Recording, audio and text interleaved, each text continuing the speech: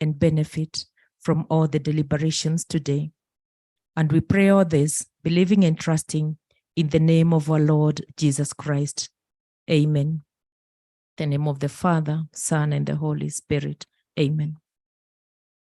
Thank you, Agnes. Let us appreciate Agnes with a good clap. Let us also appreciate the Utawala band that has entertained us since morning, to apigie makofi. And indeed appreciate yourselves for coming in early for the symposium. Appreciate yourself. Thank you very much.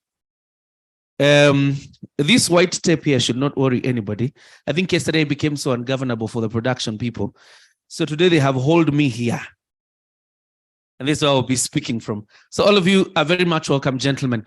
From up there, I need a roving microphone down here, like about 2 of them, because I want us to do a recap of yesterday. Yesterday was the opening ceremony for the symposium. There's much we discussed. The speakers had a lot to say in terms of what needs to be done, where we have come from, where we are, and where we need to go, and what needs to be done, the legal framework, the public awareness, and stuff like that. And so I want to hear from you. What was your take home yesterday? If I can have the 2 roving microphones. Fantastic. Mitch, come down here. I'm probably assisted by one usher up there. Good. Now you're 2 of you. Fantastic. Thank you. I want us to do a quick recap of what happened yesterday. What was your take home? By a show of hands. Of course, if there's no show of hands, I will do what I can do, which is speak you. By show of hands, what was your take home? From this side, your take home. Yeah, there's somebody who's lifted up there. Give them a microphone. What was your take home as a stakeholder? Hello, morning, everyone. Morning. My name is Robbie. And yesterday I learned that it's important for us to not just address enforcement, would address the supply side of illicit trade, but then we also need to address the demand side, which is by having awareness sessions, educating consumers about the dangers of consuming counterfeit goods, illicit goods. So that was an amazing thing. Public awareness was your take home. Fantastic. Any other person from this other side?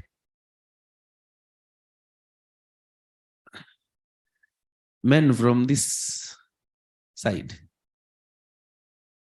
Assuming they're in the conference. Have you? Yeah, there's a gentleman there. Go ahead. I think one thing that stood out yesterday is that the country is losing a lot through the consumption of illicit goods, and therefore more needs to be done because I think as we saw, about 80% of the products which are imported they are counterfeit. That causes a very great impact to the GDP of this country, and therefore more needs to be done. However, we also established that these goods are not only imported, they are also those which are produced locally, and therefore there are some who are specialized in the production of illicit or counterfeit goods. So equally, that is an area that needs to be focused. Absolutely. Before I come to this side, figures for me as a media person are very important. Who can remember the value of illicit trade in Kenya? Because I think the chairperson of ACA happened to mention the figures. The value of illicit. Again, if you can remember the figures. I think it was about 726 billion. 726 billion. That was in 2017. Yes. Yeah. Right now, it could be in the levels of trillions. Levels of $1 trillion. The lady, you had a different answer? Go ahead. And probably even do a calculation, because if it was about 820 in 2018, we are in 2023. I was going to cite the 2018 figures, but you're going to cite the 2018 figures, which is over 800 billion. Fantastic. So on this side, because I'm sure I'm done with this side, your take home, Pandehi. Ahead is a gentleman. Go ahead. Good morning. My name is Stanley Atsali. My take home was sort of an observation on recordations comparison, Kenya and South Africa. So the South African is free by annual. The Kenyan is paid for recordation and annual. Then there was an observation from the online presenter who was concerned about our commitments on TRIPS agreements. Then he was asking, could it be a non-tariff barrier? Fantastic. That's a good observation.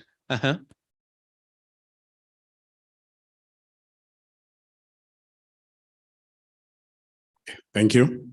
Good morning, everybody. Good morning. My name is Samuel Kamau from KPS.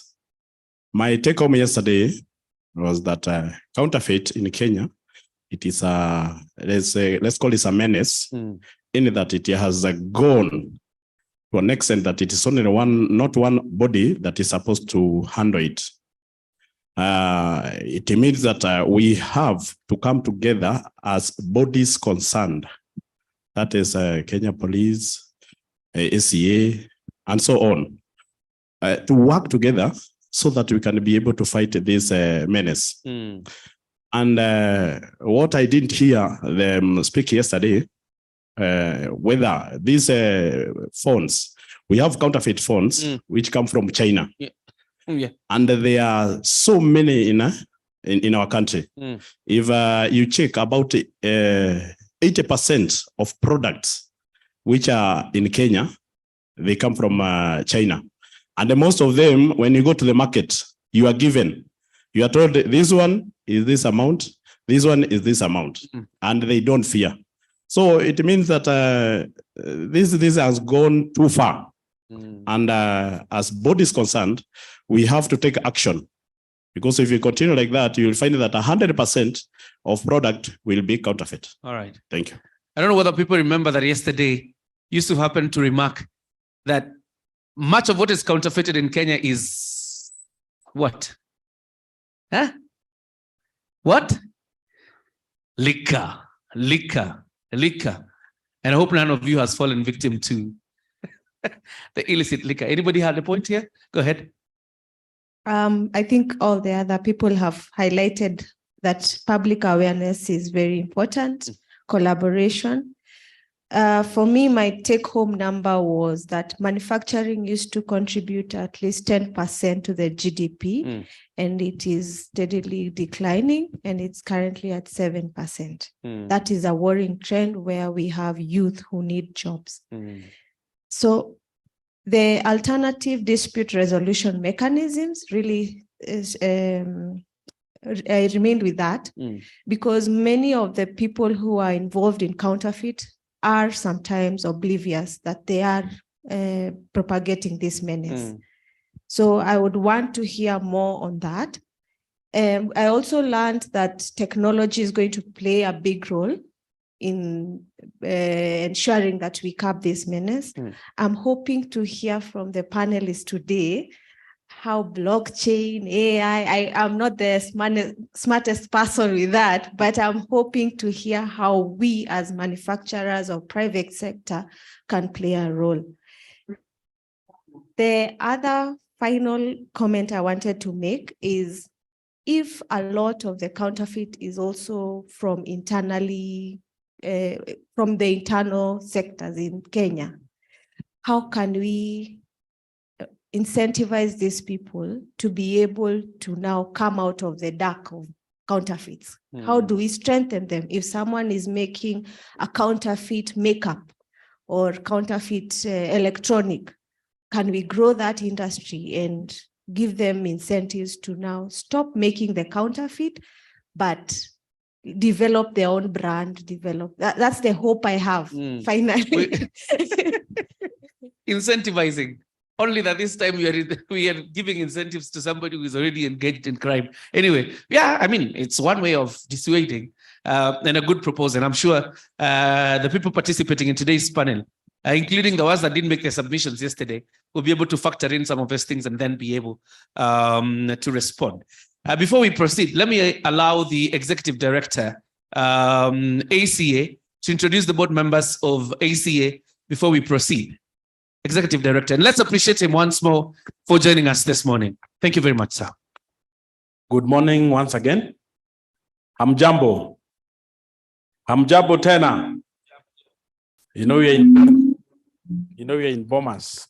Ukisema hamjambo hiyo inakuwa ni kama siasa kidogo. But great having all of you this morning. And this is our second day for the event that started yesterday. And I believe that we are getting great snippet of wisdom from this event. I would wish to call my chairman to come and introduce the board members. Some of them were with them yesterday. Others are joining us here today. But I wish to also to introduce one of our partners, that is Mr. Fred Muema. He can stand. He's from Uganda. He works with the Anti-Counterfeit Network. Tumpigie makofi. And I think we also will be getting a lot of insight how they are doing it in Uganda, given that we are conjoined like Siamese twins, us and Uganda. Whatever happens here, you have got counterfeit goods within our borders. They can easily infiltrate to Uganda, vice versa. So allow me to introduce and welcome my chair so that he can introduce the other board members. Mpigie makofi.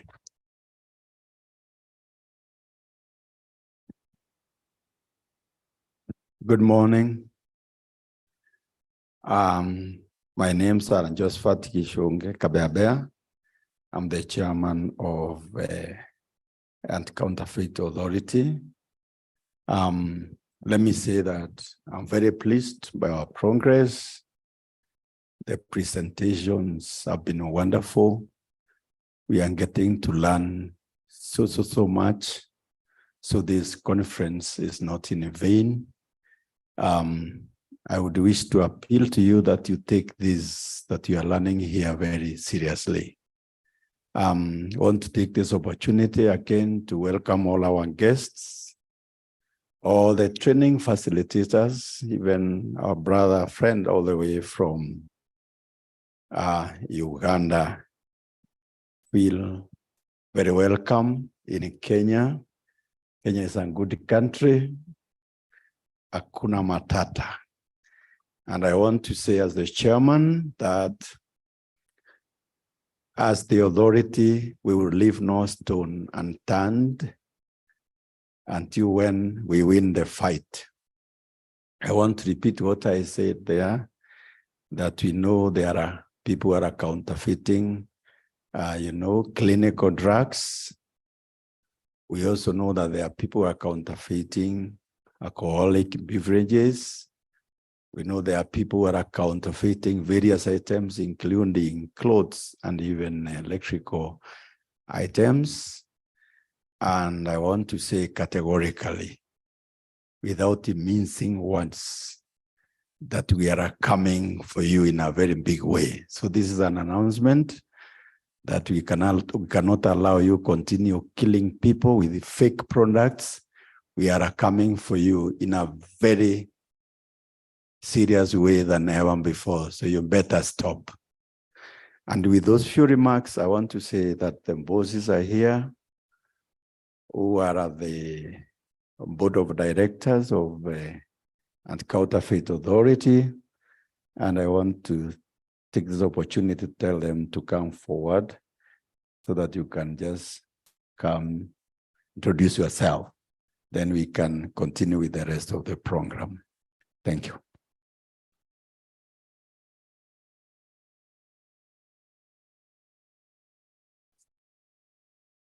Good morning.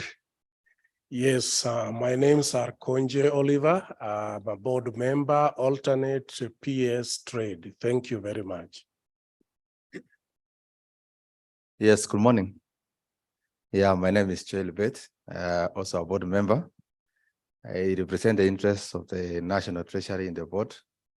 As you all know, the importance of fighting counterfeits because of the implications on things like revenue and other sectors of the economy. So that's why it's important for the government invest resources, even exchequer resources to fight counterfeits. So welcome to this day 2 of the presentation. Yesterday I had another engagement and I missed yesterday's session, but today we are here to follow the proceedings and to interact with all of us here. So welcome, and I wish you very pleasant listening and following of the events. Thank you.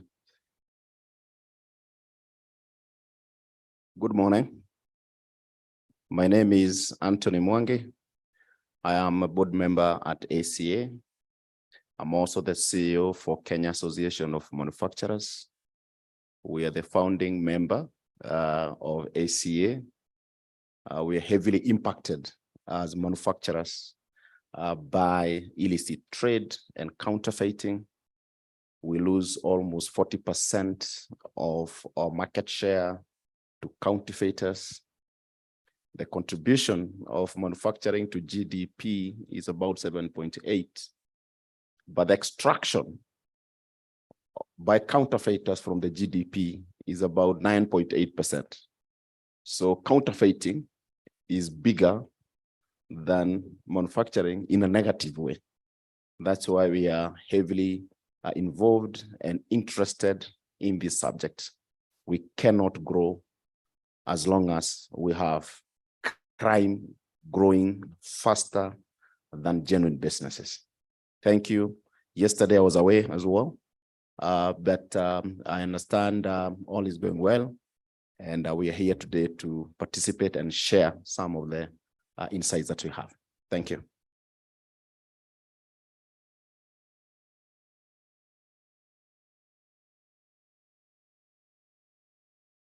Okay, situwapigie makofi. I have just been informed that there's a gentleman by name, is it you, who is the former AG of Mexico. All right. So let us appreciate him. Tumpigie makofi kidogo.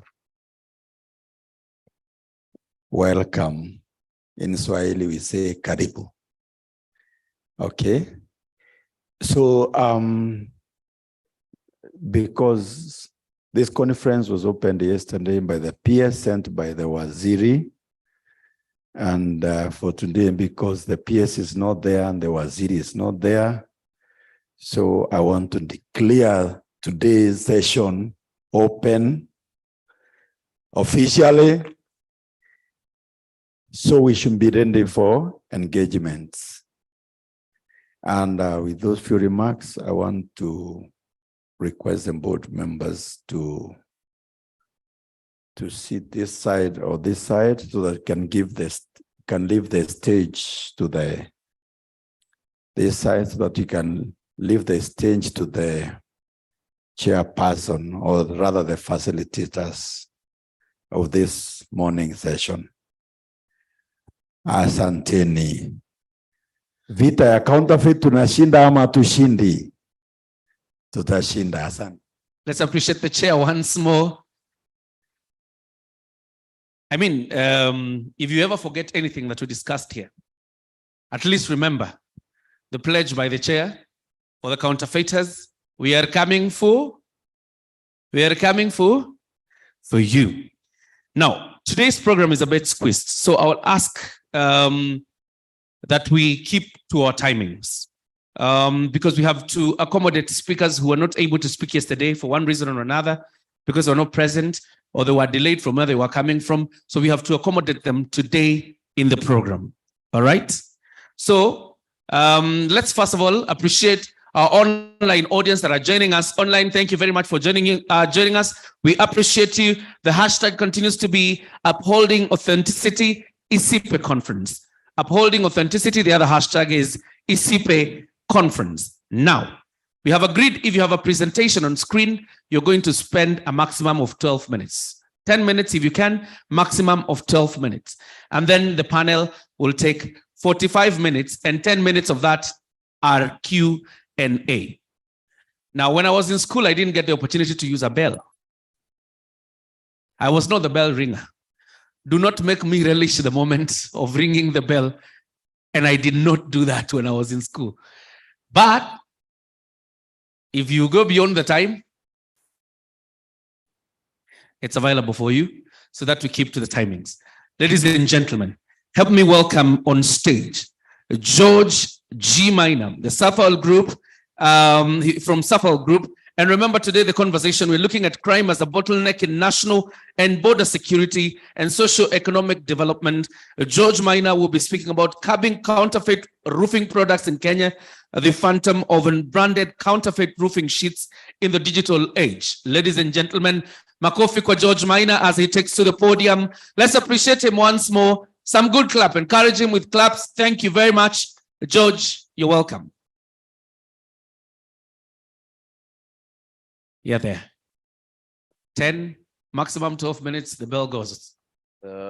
Thank you. So good morning, everyone.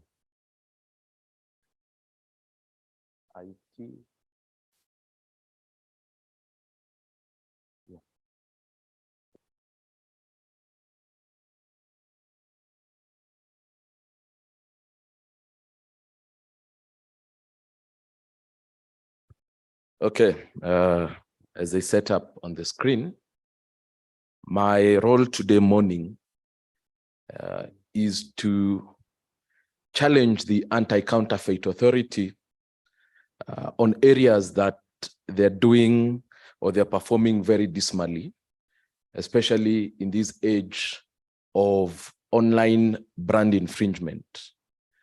I will fall short of asking the ACA to grow some, you can add the body part that you want, but I will fall short of telling the ACA to grow some canine teeth so that it can bite more in curbing online-driven brand infringement in the roofing sector in this country.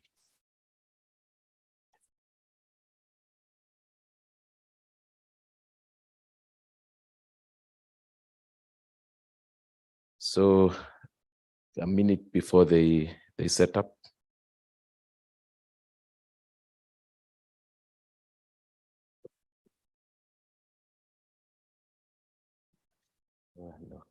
Okay, we can proceed.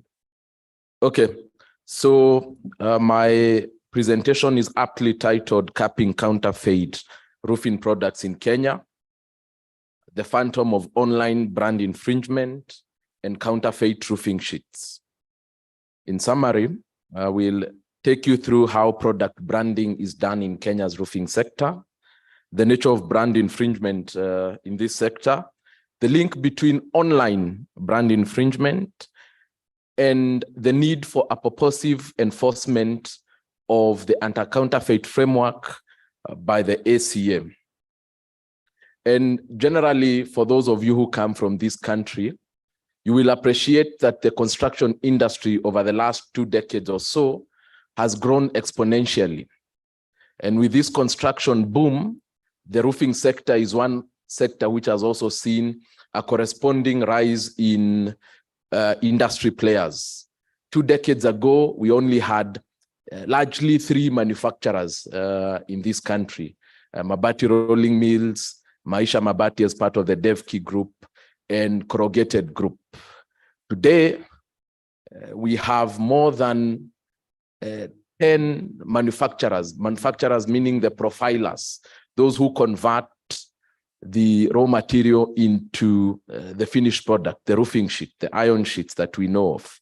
And we have more than 67 independent traders who sell their own brands or who are able to bring in their own products, either from the Asian countries, the Chinas, the Indias, and so forth. So we're looking at a space that has almost 77 players as we speak. With this, those of you who understand the roofing sector will appreciate that the roofing design, the shapes are uniform. If you go to Europe, the shape of the roofing sheet is the same. If you go to Asia, the shape of the roofing sheet is the same. So the only area of protection to the manufacturer is through the brands.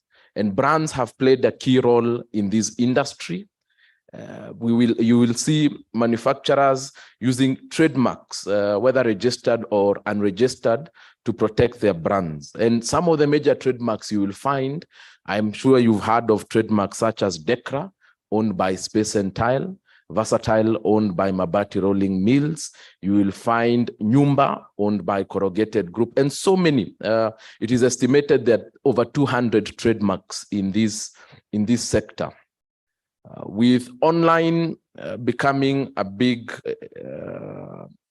catchment area in the e-commerce space, the roofing manufacturers have also moved to the online space. It is not rare nowadays to find e-commerce shops being set up by our roofing manufacturers. With 77 players in this industry and very few well-known brand names, a number of these unscrupulous traders have begun riding on well-known brand names.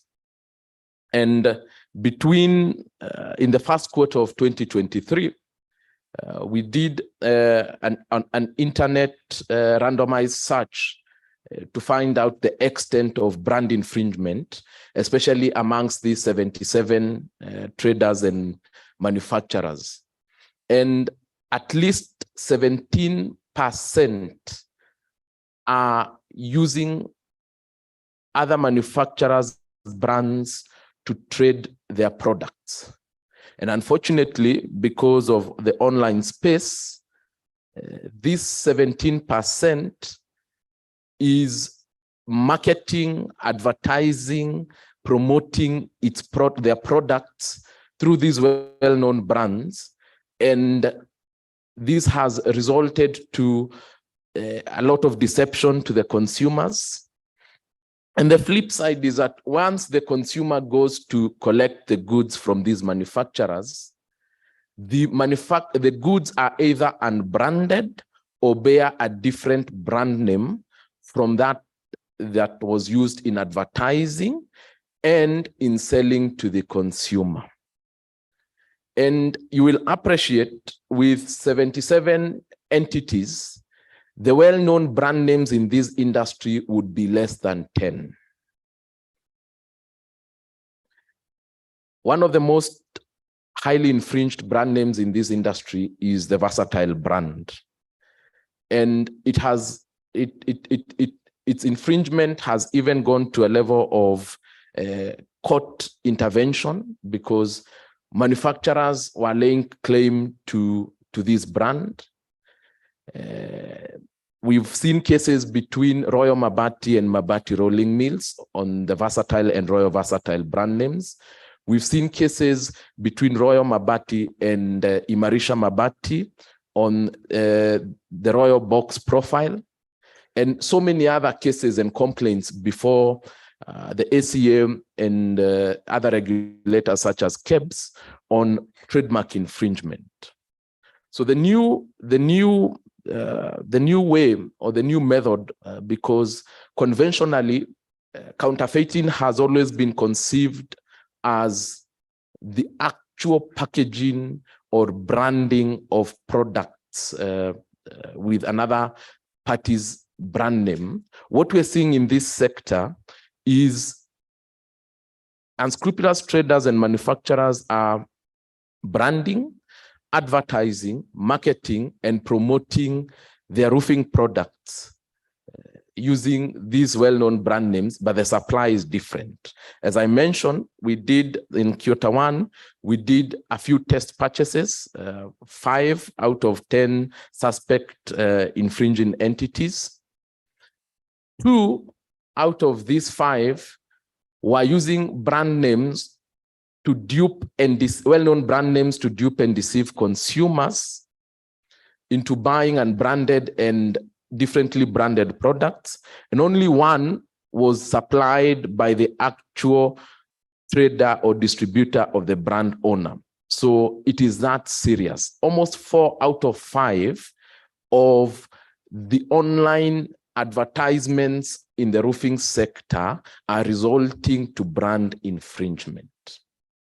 Of these 4 cases, 2 cases were forwarded to the Anti-Counterfeit Authority, And unfortunately, the ACA took a restricted view of whether there was counterfeiting or not. In the ACA's eyes, there was no counterfeiting, despite the fact that the invoice and the marketing material alluded to a different brand. To them, they based their argument on Section 2 of the Anti-Counterfeit Act, which defines counterfeit, and they took a restricted view that the final product had to be branded, had to be packaged, and had to bear the brand name that is being infringed. This kind of an approach is counter or is contrary to the spirit of the anti-counterfeit framework in this country. And our position is that the law gives enabling provisions, enough powers for the ACA to purposively interpret, enforce any form of online brand infringement that results to the supply of different products. And that position is supported by numerous cases before our courts, is supported by even the legal regime in which ACA operates on. But because of the conventional and restricted and traditional view of what constitutes counterfeit, we will not be able to fight these counterfeits that are online driven through the current approach by the ACA. So what we are calling upon the ACA and other regulators in this sector is, just like the lawyers say about the spirit of the law, a spirit you will never know. We call upon the ACA to interpret and enforce the law in a purposive manner that also incorporates the online space. Thank you.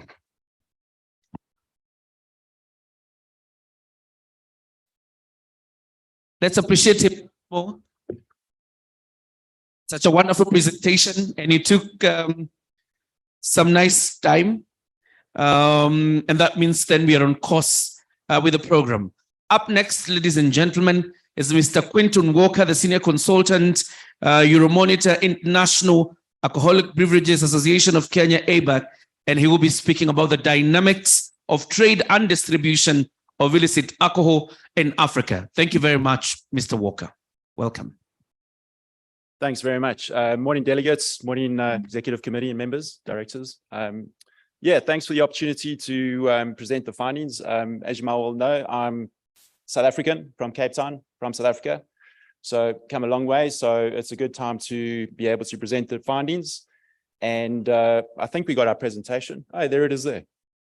Sorry, George, didn't happen for you. But anyway, so let's take it away. So we were hired by the Alcoholic Beverage Association in Kenya, in which we were able to do an analysis of illicit alcohol, particularly looking at the illicit trade in alcohol. So who are we? Euromonitor is in fact, do I have a clicker to move the slides? Sorry, everyone. Next slide, please. All right, so that's Euromonitor. We're a global international consumer research company, and we've been doing illicit trade. Next slide, please.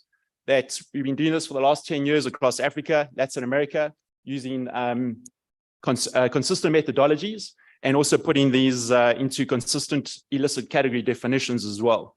And by that, we are then able to isolate which of the illicit categories, for example, counterfeits, the smuggling, the tax leakage, and illicit artisanal is the culprit. Thereby, you're able to better put strategic decision-making, implementation of laws and regulations at place as well.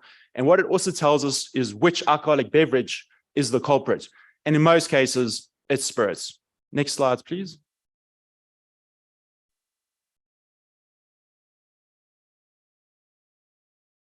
Another one, please. Next one. And how we went about it was multi-methodology in terms of doing secondary, primary research, which included trade interviews across industry stakeholders of various sources, including industry members, regulatory bodies, and also on the ground manufacturers and importers across the supply chain. We did a consumer survey as well, measuring the perception, the awareness around illicit trade and products, not necessarily asking on habits, you can't ask that, but just awareness around that and what they feel is going on in terms of the illicit trade and where it's available in terms of their view. And we did a number of store visits, observations, that was just to understand the supply chain, how it's sold and where consumers are purchasing these goods. Thank you. Next slide. And I just want to make a quick thing. We're all encompassing in terms of the illicit. It means everything that doesn't conform to either production standard, where non-payments of taxes takes place, and it's all encompassing around, as we know, illicit trade. Next slide, please. I just wanted to highlight that these are our categories, and we do individual volume sizing, value, and fiscal loss on each of these individual components. And most of individuals in Kenya or the authorities will know counterfeit as the illicit brands. We split this out in amongst illicit artisanal. We believe that the likes of the distilled component like changa that is made using ethanol, once it is sold, becomes on a commercial scale, is then sold for monies, becomes the illicit. Tax leakage is smaller players who are licensed, who are under declaring their goods.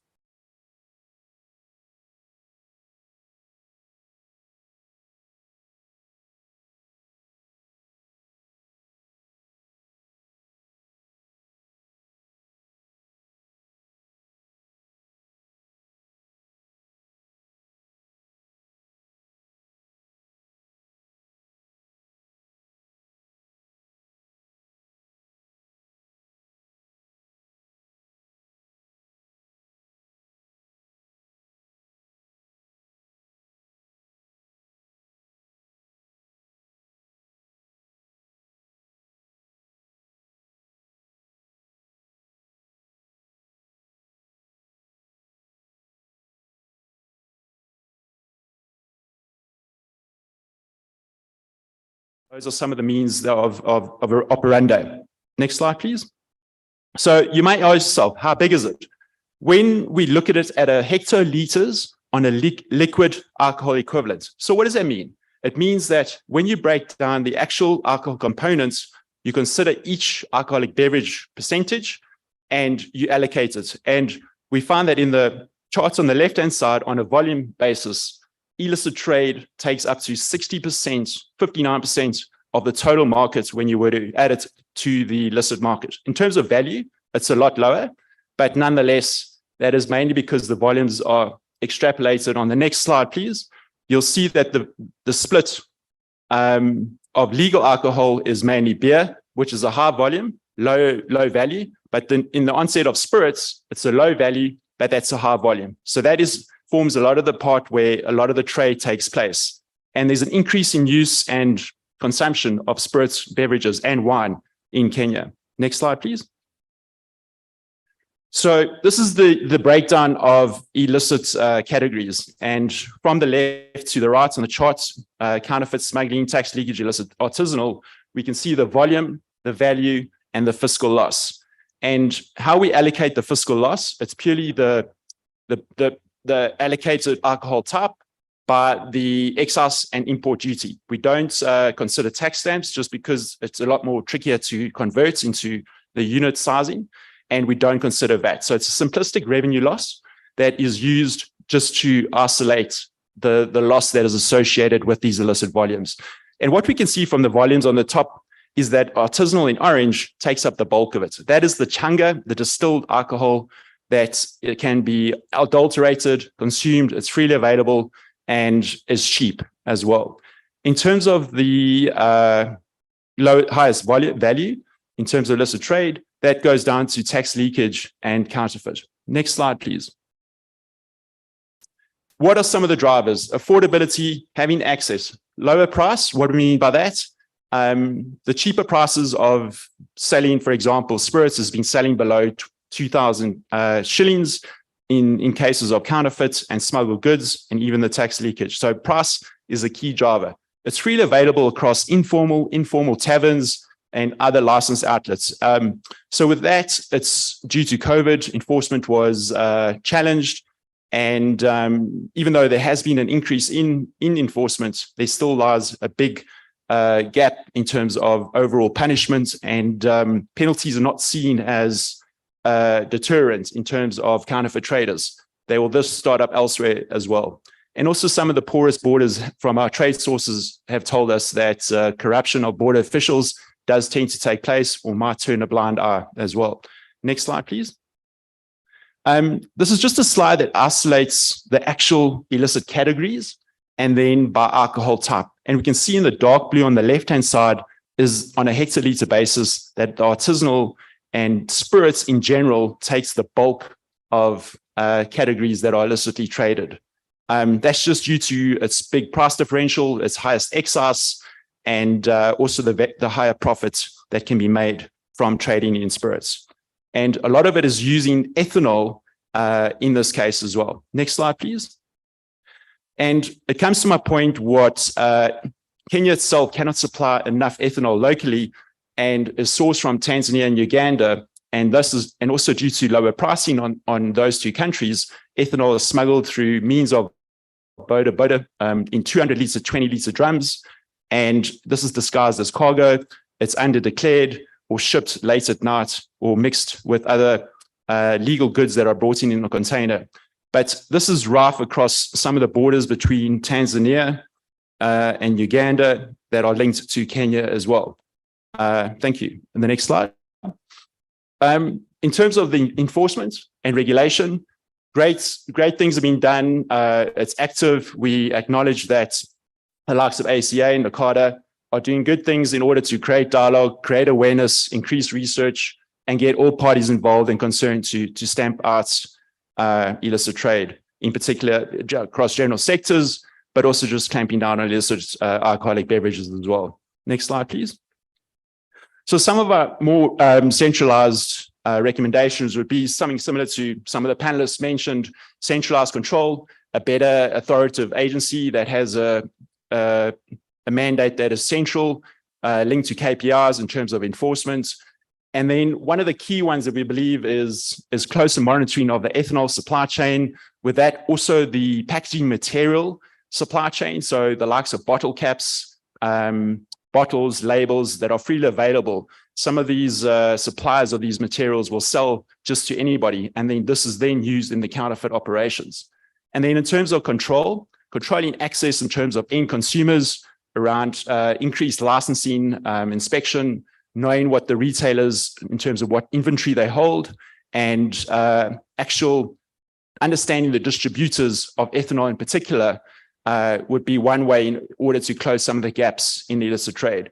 And once again, changing perception around education, protecting legal brands, infringement goes a long way in providing a clear message that consumers should stay away from beverages they don't know where they originate from. Thank you for your time.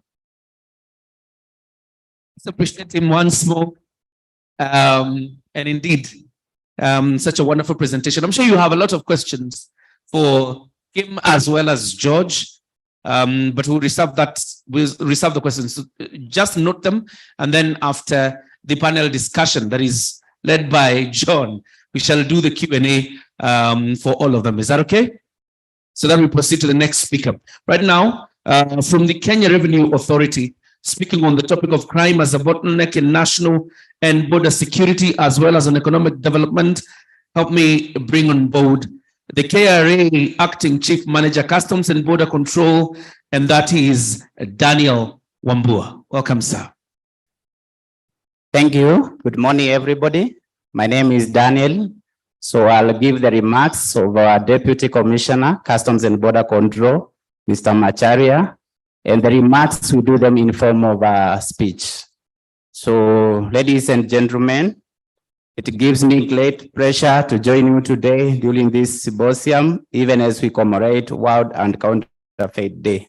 So on behalf of Kenya Revenue Authority, I take this opportunity to appreciate the organizers of this event, led by Anti-Counterfeit Authority, for giving us an opportunity to participate. So the session currently in progress is illicit trade, crime as a bottleneck in the national and border security, and socio-economic development. And I trust that the deliberations will give participants an opportunity to present their latest developments and enforcement initiatives and challenges faced in implementing the fight against illicit trade.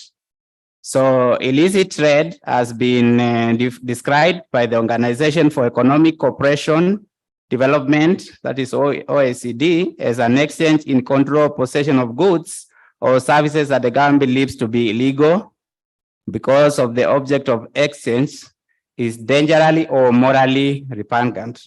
So the World Trade Customs Organizations further broadens the description of illicit trade to cover for transactions involving illicit products and purposes and any other conduct that facilitates such activities. So further, illicit trade manifests itself in an array of activities that include smuggling, transit, fraud, counterfeiting, piracy, and trade in prohibited or substandard goods, among others. So there are various types of harm associated with trade, such as cost to businesses, cost and loss of revenue to governments, global governance and legitimacy, health and safety of citizens, national security, conflicts, geopolitical risks, economic disparities, and other social consequences, and environment and biodiversity. So some of the contributing factors to illicit trade, as highlighted in the research carried out by World Customs Organization, the World Health Organization, and OECD, among others, include the weak border controls, hence goods or people move in and out of the territory without requisite scrutiny being conducted, corruption by officials who are mandated to prevent illicit trade, consumer demand for cheaper products, inadequate regulatory framework, inadequate training for officials who are tasked with curbing illicit trade, poor collaboration between relevant agencies, presence of informal distribution channels through which illicit goods are sold, among others. So illicit trade has had a notable impact and threat to Kenyan economy. The role of customs in combating illicit trade cannot be therefore underestimated. Besides revenue collections, KRA Customs and Border Control Department is mandated to enhance compliance with the trade rules, and that is facilitation of legitimate trade. So customs plays a key role in preventing unfair competition and guarantees equal access to the market and all business players by enforcing security at the borders. So many counterfeit products expose the public to serious health and safety risks. There have been numerous cases of pharmaceutical products and description, medicines manufactured from poisonous or inferior constituents or containing no active ingredients, auto parts and toys which do not meet safety standards and are dumped in the market.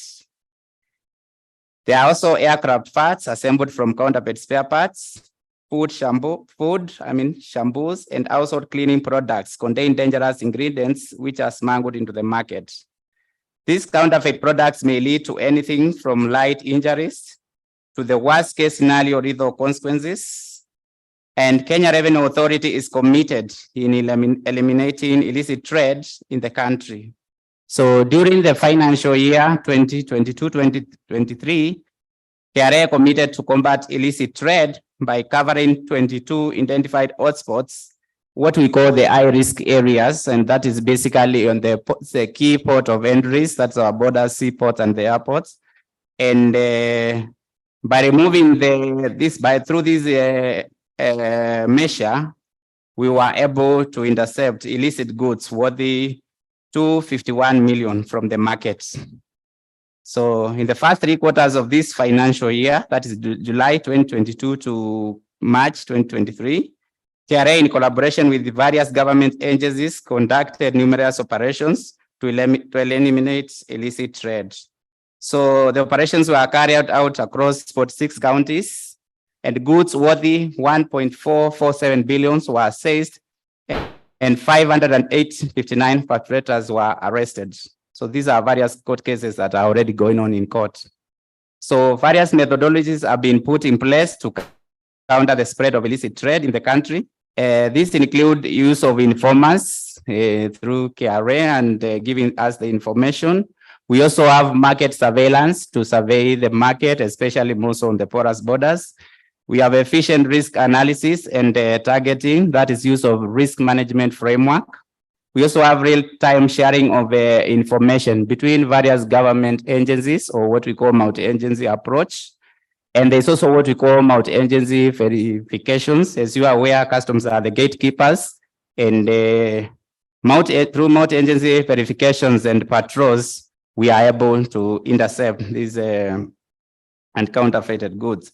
So KRA has also implemented other strategies that include installation of scanners at all border points, seaports, airports, and also we have establishment of the K9 and the regional electronic cargo transit systems, that is monitors transit of goods from one country to the other, so that some goods are not dumped in our country. So we have various schemes used by perpetrators that include smuggling, products affixed with counterfeit excise stamps, unlicensed manufacturing, sale of excisable products meant for privileged organizations that are legitimately imported and covered by exemptions under the East Africa Community Customs Act, 2004. So some of these goods seized include alcohol, ethanol, energy drinks, water, perfumes, cigarettes, sugar, rice, petroleum, eggs, mobile phones, among others. So since the establishment of Anti-Counterfeit Authority in 2008, it has continued to combat counterfeiting and trade of illicit goods in collaboration with KRA and other national, regional, and international agencies dealing with enforcement and protection of intellectual property rights. So the fight against illicit trade is one that requires support from all quarters, including private sector, for businesses to thrive. So which will attract, so when businesses thrive, this will attract investors for both domestic and foreign, and the consequence that citizens will have sustainable livelihoods. So it's therefore imperative for the government to use every muscle in this fight without ceasing. So thank you. So that is a speech from Mr. Chege Masharia, Deputy Commissioner, Customs and Border Control, Kenya Revenue Authority. I submit. Thank you. Thank you very much. Asante sana Daniel Wambua for representing Mr. Chege in the program. If you go back to your program yesterday, you realize yesterday. Can I get another mic? There's a bit of a problem missing.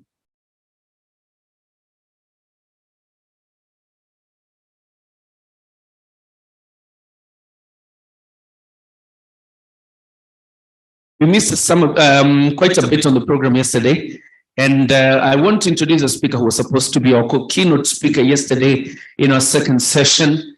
So to speak about IP legislations and policies, let me introduce our keynote speaker who was supposed to speak yesterday. That is General Hector Hugo Valderas Jr., the former Attorney General, New Mexico, Attorney General Alliance Africa Program. Let's appreciate the gentleman as he takes to the podium. Thank you very much. Welcome, sir. Good morning.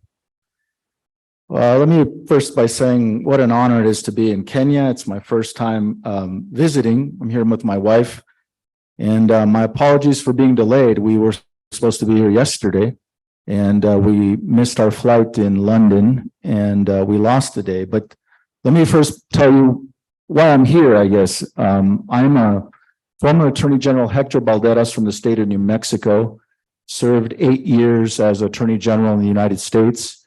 Before that, I was a state auditor and regulator, and I'm a certified fraud examiner.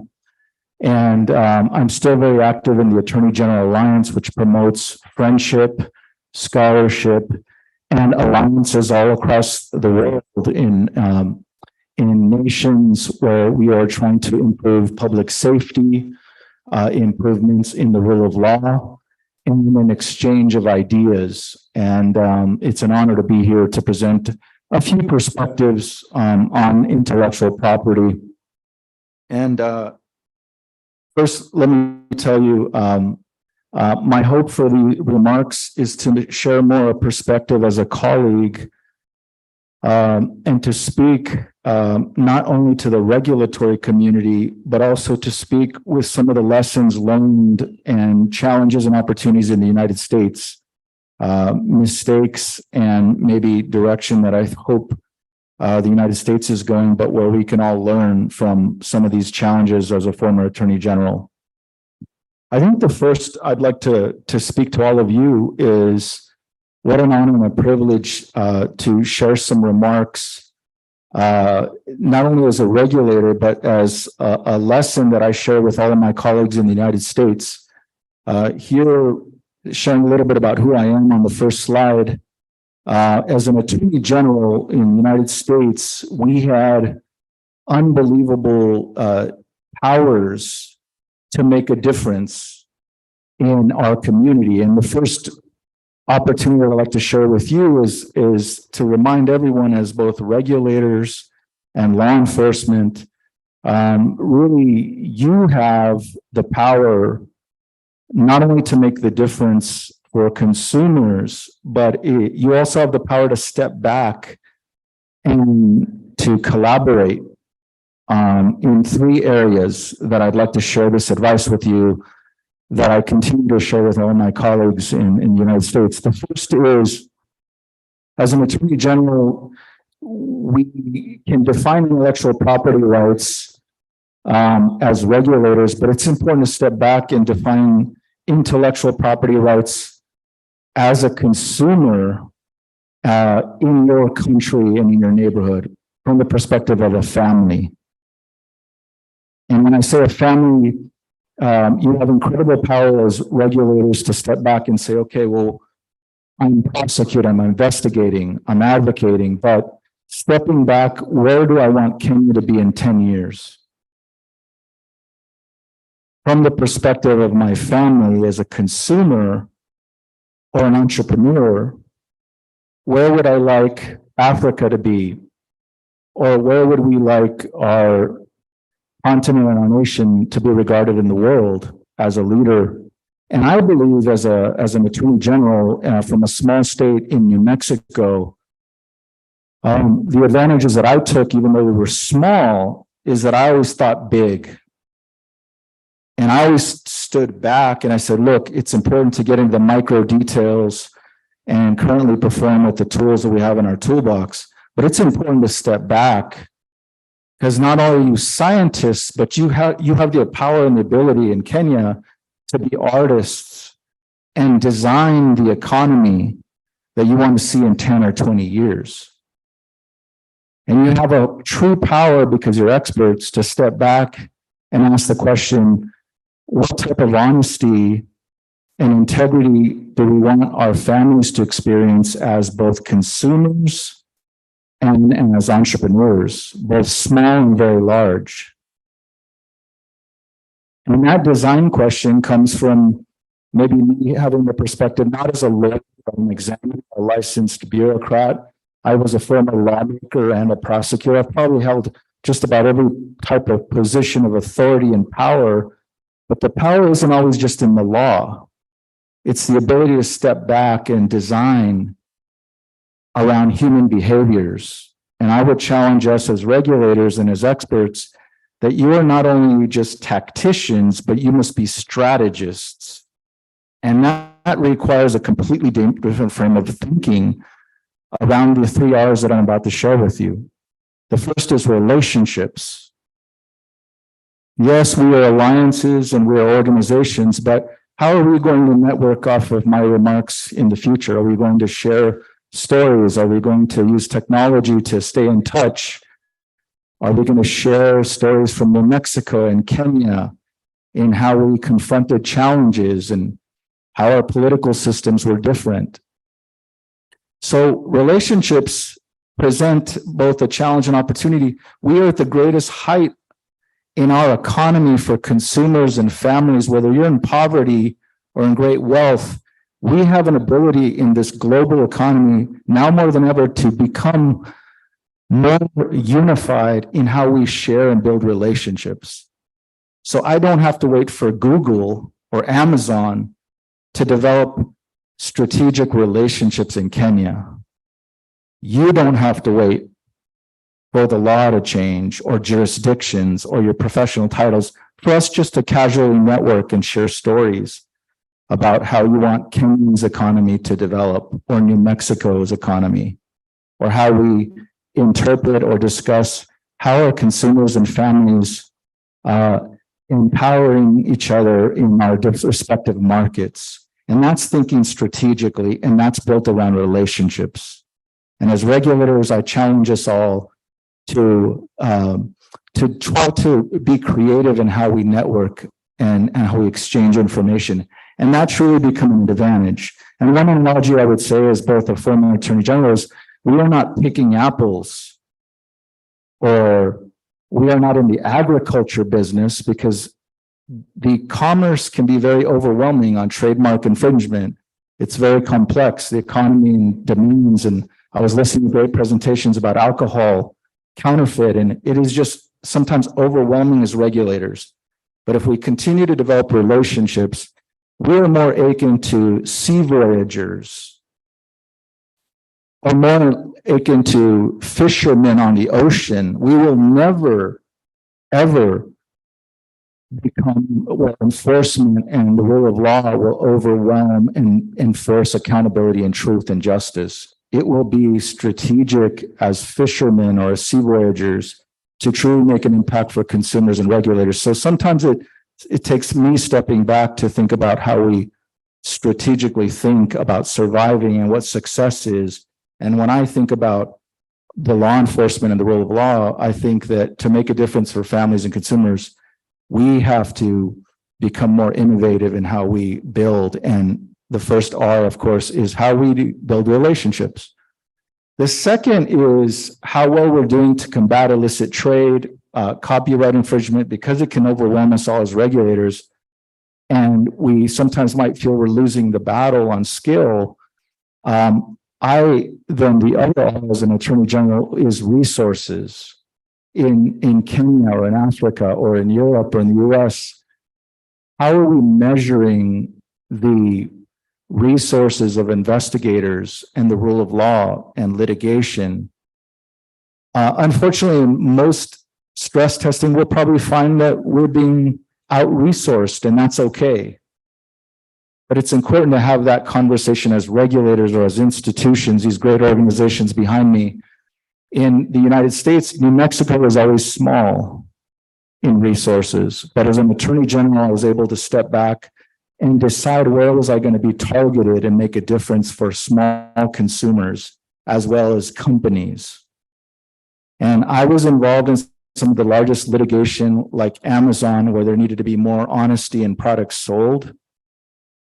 But I also represent the smallest of consumers, like mothers, who came to me, mothers, very powerful constituency. Do not mess with mothers, and I'm sure Kenyan mothers are very powerful constituency. And I listened and I said, okay, what is wrong in the economy when New Mexican mothers are coming because their children were purchasing these potato chip bags, and these mothers were pissed off because they were buying, their children were buying chips that not only were counterfeit, not made by Cheetos or those large manufacturers, but the chips were being sold by, in New Mexico, we sell marijuana legally. First, it was supposed to be medical, and then now the United States, there's been a legalization of marijuana, but a lot of mothers are not completely supportive and don't believe that it's completely safe for marijuana to be consumed by young children. But what these vendors were doing is they were taking these hot Cheetos bags of chips, because children love certain food products. And these little stores were now using the bags of Cheetos and putting in their own chemically induced Cheetos with marijuana powder in the Cheetos. And a 10-year-old child can't distinguish between regular chips and now chips with marijuana substances. And that was a health and safety problem and crisis in the United States. And our health centers and our law enforcement were not equipped to deal with that.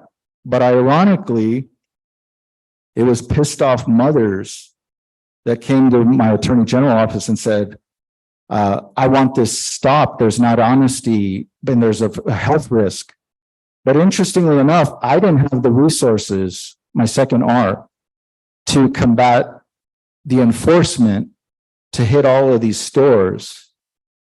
But interestingly enough, it was a copyright infringement strategy that made Cheetos aware this was happening, and we began a campaign, and then we started educating law enforcement, police officers, street officers. We didn't quite have the resources either, but we all unified around one constituency, was angry mothers and children who could be harmed. And what a creative way to have made a little difference in the counterfeit economy that was producing a potential harmful result. So as an attorney general, I stepped back and I said, wow, as a regulator, how interesting that we didn't combat it with traditional law enforcement and expensive lawsuits and complex investigations. We didn't have the power of time to conduct elaborate investigations using informants, but we had angry mothers. We knew we could use the media, and we partnered with corporate America with the Cheetos chips brand. And we talked about a strategy that ultimately not having honesty and having these bad businesses not be responsible could potentially produce a result that was going to be harmful in the state of New Mexico. And then it spread throughout the United States. Then we began to realize, well, we can now apply a little bit more resources. And so resources can be a very powerful tool when you're trying to measure how little you have, but also that there might be resources in other agencies where there's cross collaboration. And finally, I will close with the area of resiliency. What is resiliency? And because we're more akin to exploration and trying to hit a mark of something overwhelming, whether it's trademark, copyright, technology truly is changing the game, where I would challenge us all as regulators that we can make a difference in having these great reform conversations. And I heard one earlier about how do we strengthen regulation and laws and the toolbox and get lawmakers more engaged in these complex topics like trademark infringement. And I would share some political advice with much more brilliant ladies and men in the room. I have great respect for the micro strategists in the room that are tacticians and scientists. But as I started my presentation, it's important to step back and understand that this is a human interest profession still, and that we still have to tell stories. And the greatest amount of power is in our collaboration is when we step back and we tell reform stories where we need laws changed and we need resources and we need lawmakers that sometimes are distracted with other things and they have other interests and they don't want to hurt businesses. And sometimes it sounds like overwhelming BS, or I think in this country, BS means the same thing. You get frustrated. But I would share a message of hope that resiliency is in the message of our human stories, our humanity. And I started off just earlier as a foreigner, wanting to become your friend and to have collegial relationships, because I really believe if I can grow up in poverty in the United States and never have come from a family who ever bought a home or who was always afraid of the rule of law. We always were a family in poverty that didn't believe in justice because we always looked at the law as something that protects the powerful. But as I was raised, and I went through my educational system, and my story is very powerful, and it allowed me to get elected to some of the highest offices in the United States. But I still believe in reform and resiliency in our own humanity. And as regulators, as we network, we still have to convince certain lawmakers that don't maybe see this as a priority. But if we share stories about consumers within our family, and we share stories as entrepreneurs, that everyone wins if there's a little bit more honesty in our economy, and there's a little bit more wealth sharing for everyone, both labor and people in poverty can move up and down this global family, then we can make a difference. And I truly believe in that, in the United States, for me, even though I'm licensed to prosecute and I've indicted a lot of elected officials in my career, and I speak to a lot of groups as regulators and as experts, I'm also trying to always empower collaboration, you as global citizens, that you also have a role to inspire the next generation of citizens. And that can be young Kenyans growing up in poverty, that these conversations are so important, because we might be asking a conversation 5 or 10 years ago, 10 years from now, that the consumers in this global economy, they can rise very, very high and have a very influential ability. So you as amazing professionals, let us never underestimate the power we have, not only to make a difference in our day job, in what we do today, but as we collaborate in the body of work that we contribute, we also have an ability to have an amazing impact in our neighborhoods. And a lot of these public safety issues, as I was sharing with you about the child, they're interrelated. If we have less honesty in technology, we could have sexual exploitation rising. If we have less honesty in banking, we can have more fraud, exploitation and of consumers, or theft of people's resources. So a lot of these issues ultimately are interrelated. But I truly believe that the greatest law enforcement agencies in the United States never were truly successful because laws changed. They were successful because an individual citizen shared a tip, or because a law enforcement agency decided to step in and collaborate with brave victims. And that's the rule of law and the justice system that I believe in, and why I still work with AGA.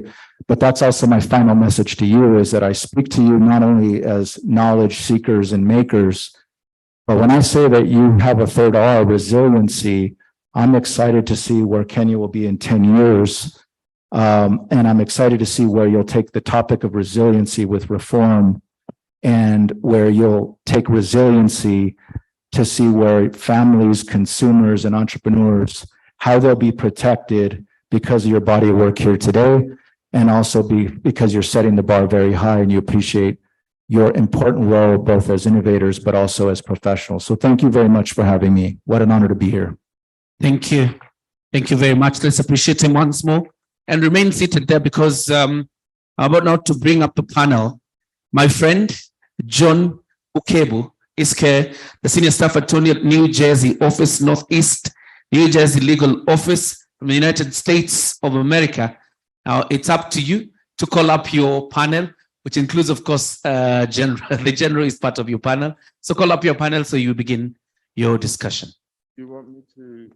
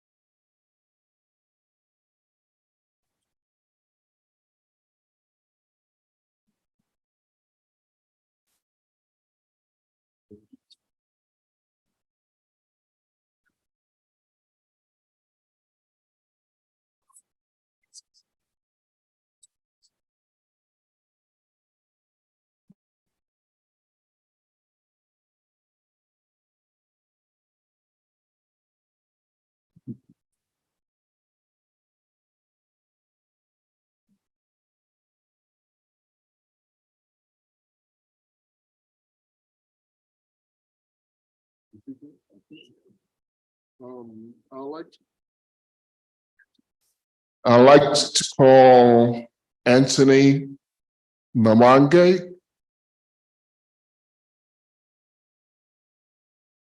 He's not here? Okay. Oh, he's coming.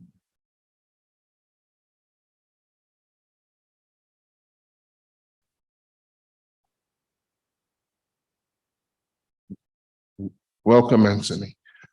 Fred.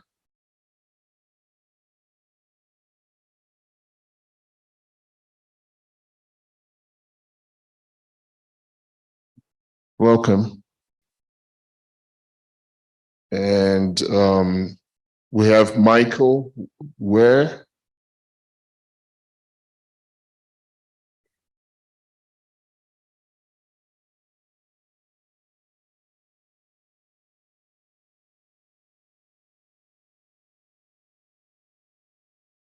We have the AG already here. And Kennedy, he's not here? Okay. And Johnson Adera.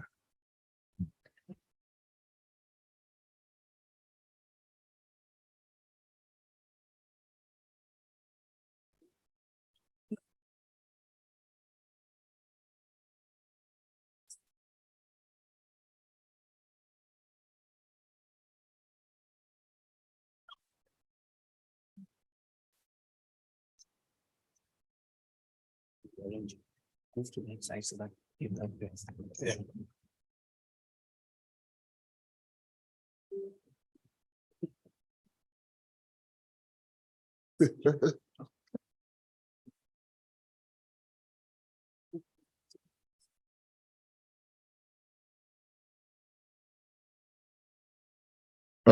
Okay. Well, as you know, my name is John Ukebu. I'm a facilitator for AGA Africa, and I've been tasked with being the moderator for this panel. And I'll start off all the way to the end. If you could give us a few brief remarks and come down my way.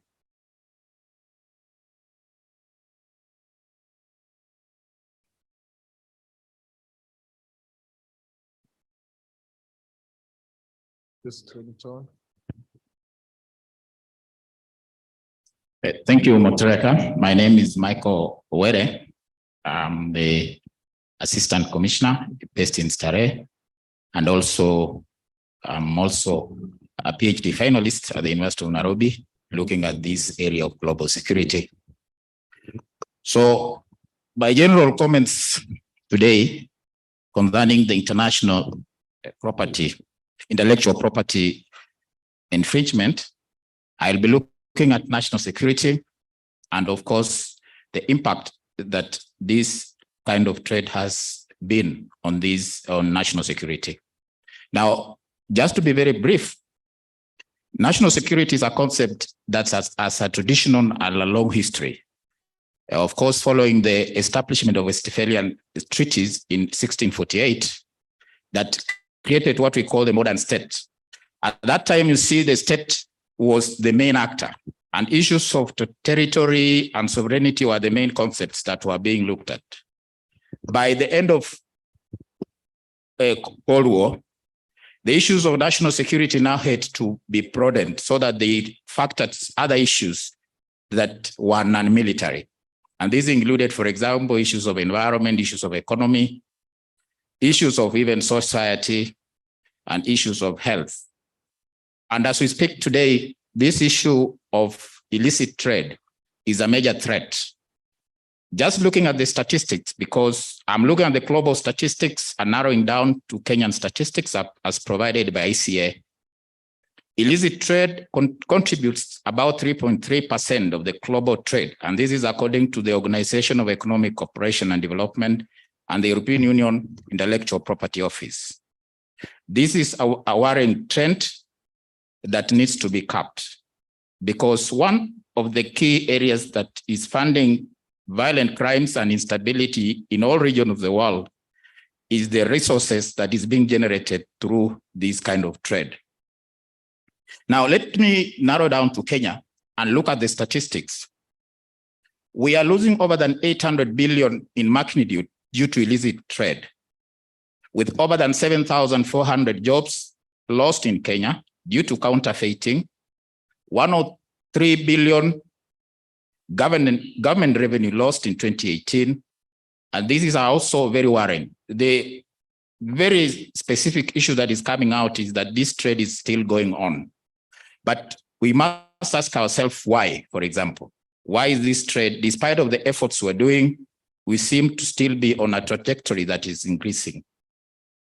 A fundamental issue that must be highlighted here is that this trade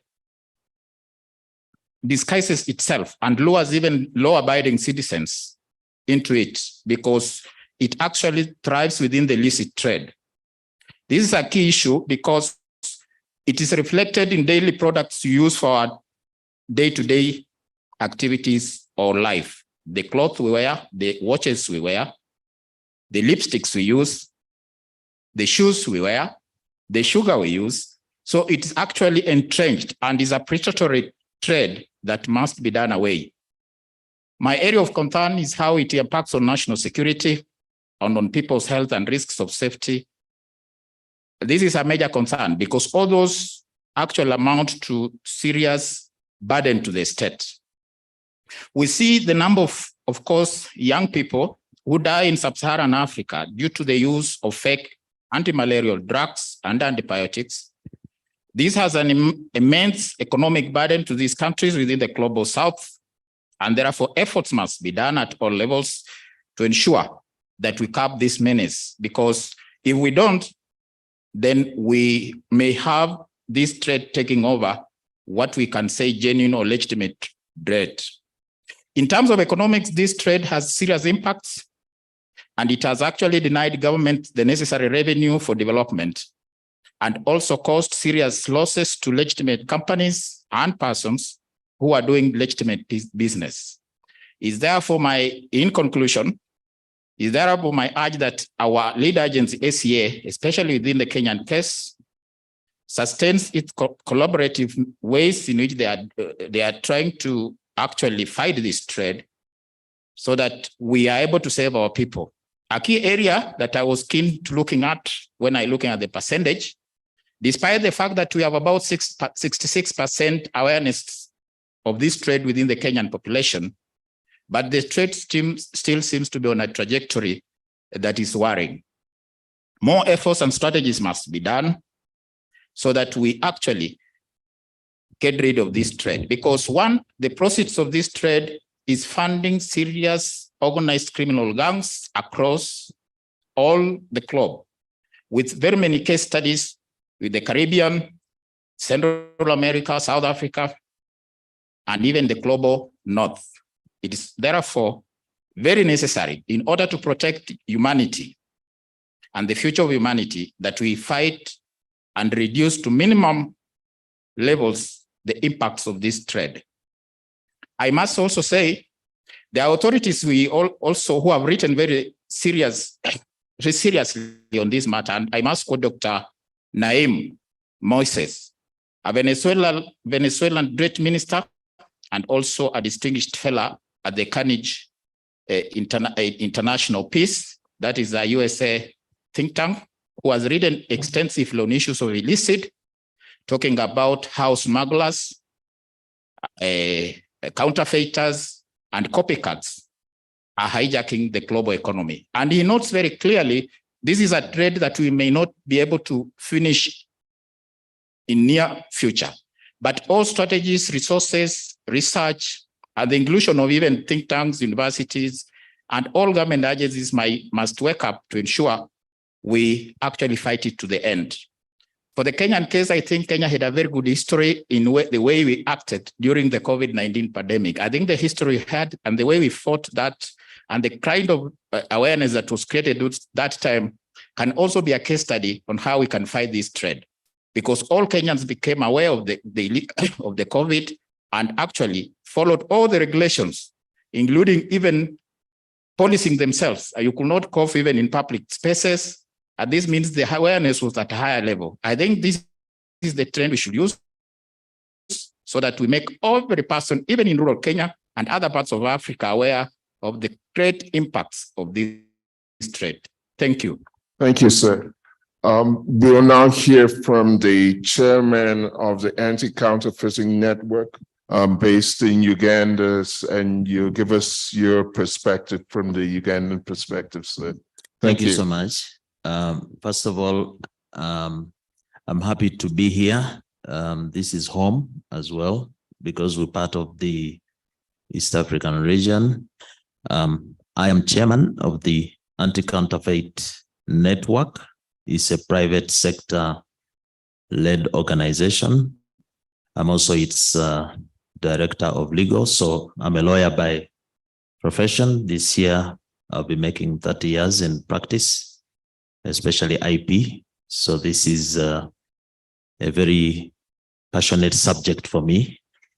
What we do at the Anti-Counterfeit Network is to fill in the gap, because a lot of measures in fighting illicit trade or counterfeits leave the consumer out.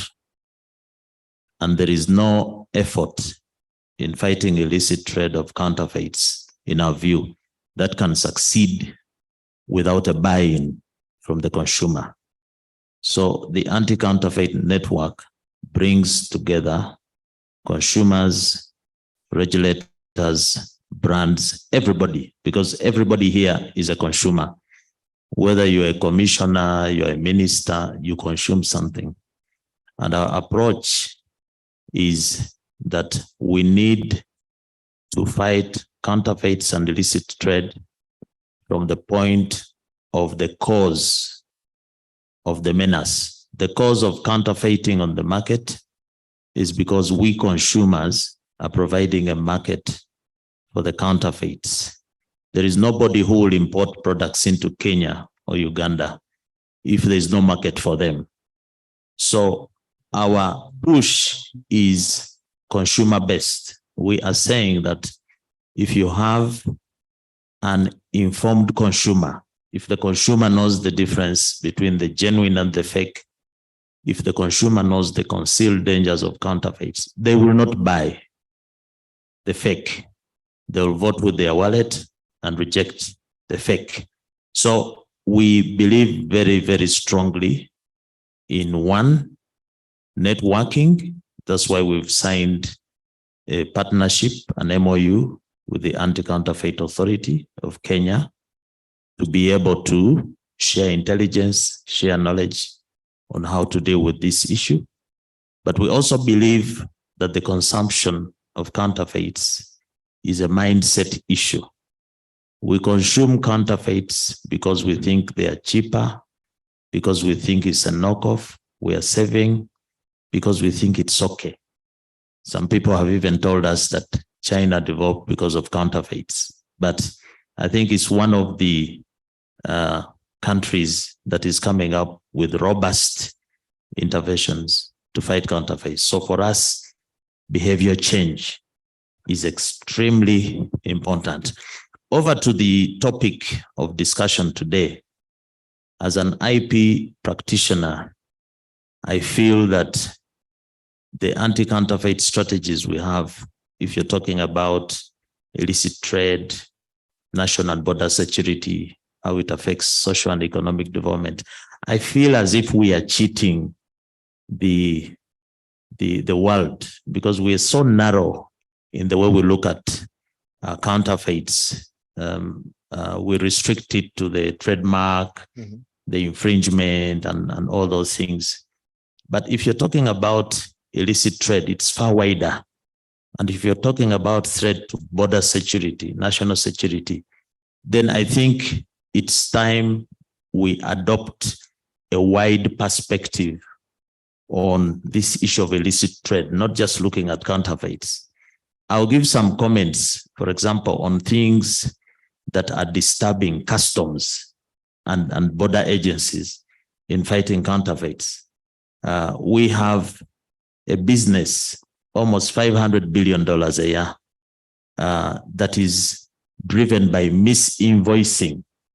A lot of goods are presented as product A. The invoice shows product A, but when it's actually product B. And customs is fighting, the border security is fighting with verification of this product. And a lot of them get into our borders. But are we, as IP practitioners or anti-counterfeit agencies, looking at that as part of our mandate to look at misinvoicing? Look at an issue like cargo theft. A lot of cargo is stolen when it's on the seas, and it ends up in Kenya, it ends up in Uganda. But if you ask me strictly as a lawyer, is that a counterfeit? I might say it is not a counterfeit. It's just a stolen product. It's genuine. But on the other side, I will tell you that that is a counterfeit because it belongs to the gray market, the goods that are dumped. That is also a counterfeit. If you talk about things like human trafficking is $28 billion worth. It's a big issue in the World Trade Organization and so on. Are we going to sit here and only concern ourselves about the mark on a bottle or a product and ignore human trafficking, which is producing a lot of products into the illicit supply chain? So my thinking is that, one, congratulations to the Anti-Counterfeit Authority for organizing this, but can we live here with a broader perspective and approach to handling of this issue so that we actually do not act against the efforts we are trying to make? Part of the work that I've just been doing in Uganda involves fake lubricants, engine oils, and so on. But are we concerned that in Nigeria, 100,000 barrels of oil are stolen every day and put on the black market? Shell says this costs about 1.6 billion. It's these oils that come into Kenya, into Uganda, and then the dubious guys manufacture a lot of these things. So overall, very happy to be here. We would like to contribute, but can we win over the consumer? Let the consumer not think that this conference is for those people in ties. This is their conference. They all need to know that counterfeits actually pose a bigger threat to them than terrorism, than anything that you can talk of. Any world problem that we have, hunger, lack of water, employment, is actually compounded by counterfeits. I beg to submit. Thank you very much. That was a very powerful presentation. Thank you. Next, we have Michael Ware from the Ministry of Interior. Michael is not here? Huh? Oh, sorry. Mr. Adera, sorry, is next. Anthony.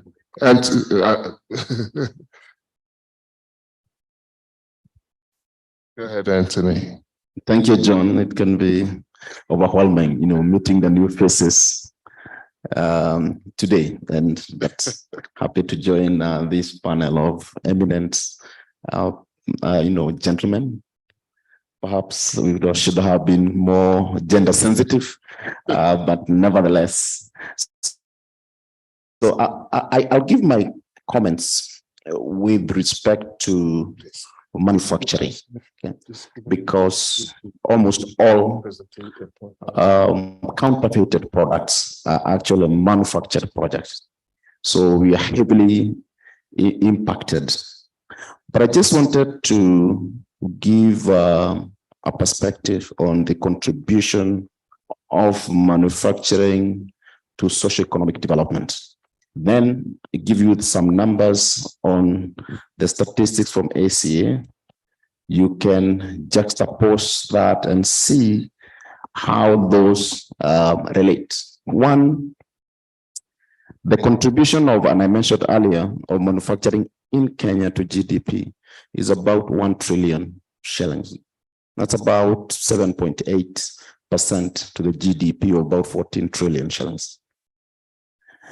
Outside public sector, waged employment, manufacturing has the highest number of wage employment in Kenya, totaling to about 356,000 people outside public sector.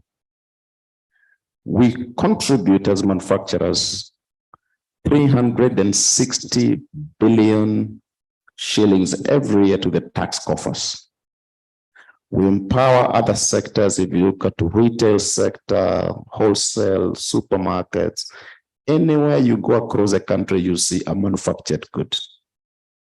Now, if you put those numbers aside, and then you look at the numbers that have been given by statistics from ACA, the National Baseline Survey that was done in 2020, the counterfeiting industry totaled to about 726 billion in 2017. In 2018, it jumped by 100 billion to 826 billion. In 2022, 2021, 2022, it crossed the mark. It is over 1 trillion. If you look at the numbers I gave you about manufacturing, which is adding into the economy, counterfeiting extracts from the economy. So whatever we do and we add to the economy is cancelled or negated by the counterfeiters. But they say, you know, we are also contributing. There's no contribution, it's an extraction. There is no country like ours that is going to develop or has ever developed if we don't build manufacturing, strong manufacturing base. But counterfeiting has become a major threat into whatever we are doing. We heard from George Maina talking about the roofing.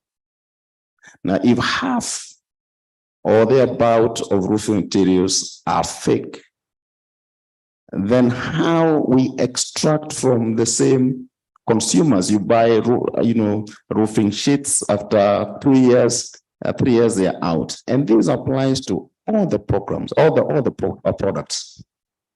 So, from our perspective, even without looking at profits, we first look at what does this counterfeiting do to public safety.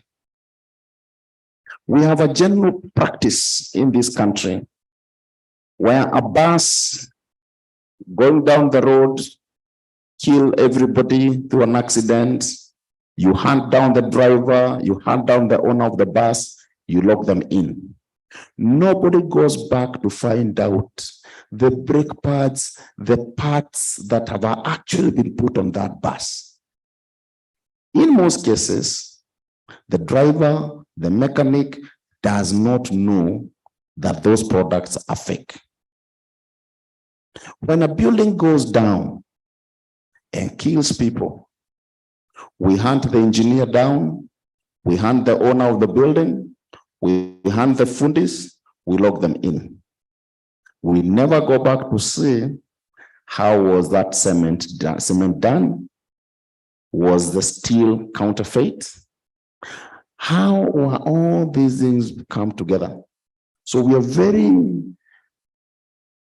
quick to apportion blame for either to protect our jobs, for people in those authorities. But then we miss the big picture. So public safety, how can we allow people to make fake ARV drugs? How can we allow the sale of fake hypertension drugs, diabetes drugs? Even, COVID, I think maybe that's bigger than local. But This is a serious problem. And then you go to the government. We are not talking about finance bill. Tax Kenyans, continue to tax them, raise more money. But a lot is actually hemorrhaging through this illicit trade. So if we close the tap, of course, you cannot, they say you cannot eliminate crime, but you can reduce the opportunity for people profiteering from illicit trade. So I just want to stop there.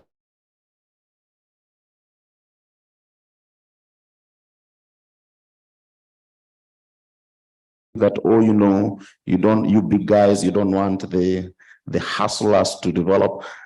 There is no hustler that has a production line in China doing fake products. These are done, is a transnational, is a multinational criminal network. So we shouldn't get trapped into those local political connotations that it is big versus small. No, it's not. This affects everybody. Thank you. So that was a very thoughtful and really insightful presentation. And I actually have a number of questions that I'm going to ask regarding both presentations, because they're very thought-provoking as an African. Next, we'll hear from AG Balderas. Sir. Thank you. Again, it's an honor to share a few perspectives from the state of New Mexico. I would say the conversation is very exciting dialogue for me, that we, as professionals that wield formal powers, are also having conversations about the impact that we have on global citizens, the consumer, or how these issues affect the health, safety, and welfare of all of our respective loved ones and citizens across the borders, and that we are almost sharing the responsibility that the impacts are much larger than just a financial transaction or an action of fraud. That we are having a human conversation, not just a legal conversation. It's interesting you mentioned the motor oil, the defective motor oil and auto parts. And I appreciate the advocacy. I also, in New Mexico, have a lot of consumers in poverty that work very hard. And we're a rural state in New Mexico, not like New York or California. And so we're a land-based society. We live on water and agriculture, and we're very physically driven. And the reason I share this with you is because the American dream in New Mexico is to buy an expensive pickup truck. Even more, the men in New Mexico would rather drive a big, strong pickup truck than have a beautiful home. And that's because they work, they're physical. And as Attorney General, one of the most important cases that came to me was that they were buying defective motor oil, putting it in their engine. This was their number one investment of wealth transfer for their family, because they work and they drive to work, and they were making a choice rather to even invest in their education and say, no, I need to buy a strong work truck so I can provide for my family. I understood this culturally. I was very upset when they would explain to me that they put the defective motor oil and that their engine would not work and they'd blow their engine. And I had lawyers and other intellectuals in Santa Fe, the capital, say, is that a priority? Broken engines. And I'd say, oh, there's an injustice here. On the representation that they were buying high-grade motor oil off a store, a corporate store. Dollar General is one of the wealthiest institutional, commercial trusted organizations in the country. And America is supposed to be this trusted place where we trust our brands and there's justice. And yet these ranchers, these hardworking individuals that put all their money into this pickup truck, $70,000, couldn't explain why they were defrauded with a defective engine, and they had to hire lawyers and scientists. Well, in our justice system, they couldn't afford to build a case. And in the law enforcement community, motor oil is not a priority. But I understood this culturally, this injustice in how it impacted their lives. And the lie then presented a health and safety risk because this automobile that represented their entire wealth could no longer put food on the table. And there were no laws on the books to criminally punish or even find out who was putting the defective motor oil in the commerce. And by the time I got involved, so I sued Dollar General to stop the pipeline. But I presented a human case that there was a wealth transfer going on in New Mexico by this injustice that many in the labor force could no longer drive their trucks and provide food on the table and couldn't become plumbers and welders, and that our labor somehow our labor force in New Mexico is being impacted by Dollar General fraudulently putting this motor oil, but it was having a health and safety risk. Dollar General ended up writing millions of dollars back to these farmers. But if I explained it just in terms of intellectual property or copyright infringement, or that this was not the motor oil that was being sold and represented, I might have not been successful in presenting that case on behalf of impacted families.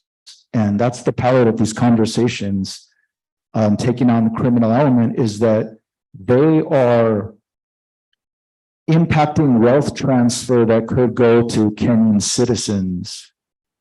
This is about formal power and informal power. And my suggestion in our strategies is that the decentralization, these democratic conversations, that consumers are becoming more educated, more aware, and that the consumers are forming nonprofits and NGOs and petitioning their governments to have more honesty and more health and safety improvements and raising the standard of living. That is going to help us as officials enforce the rule of law, not the other way around. And that is very exciting and inspirational in that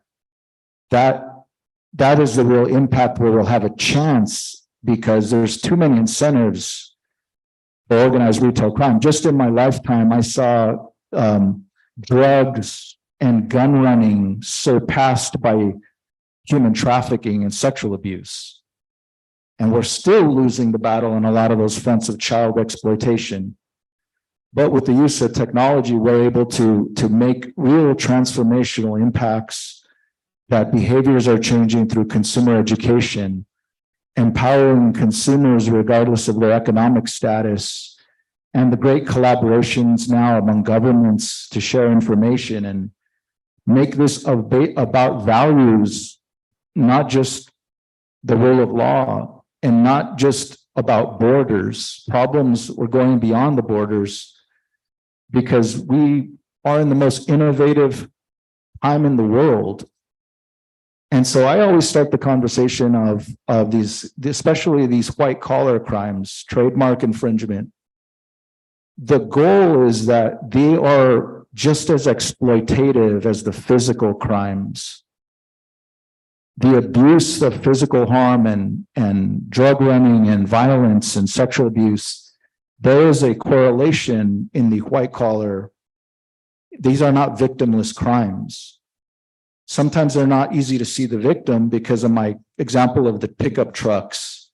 They didn't look like they were being exploited physically, but they were. Their kids and their livelihoods were just as being as much exploitation as human trafficking. So for me, the strategy, and I'll close with this, is that we have to attack using formal powers, but the soft power is more powerful. Consumers, resiliency, the use of technology, we can make an impact with these stories.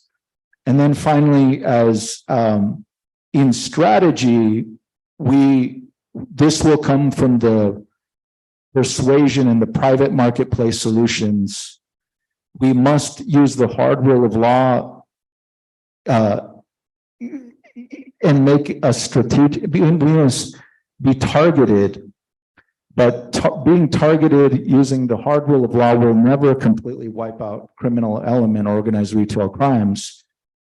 But we should be selective, and we do have to strike with force and success and be efficient and effective. And I'm confident that the international tribunals, the United Nations, these collaborations with AGA, the fact that I can travel here and share, there's hope for the consumers. We are becoming more sophisticated as we use the hard rule of law powers to show even in Kenya that you can win. We have to show every now and then that we can win in a targeted way.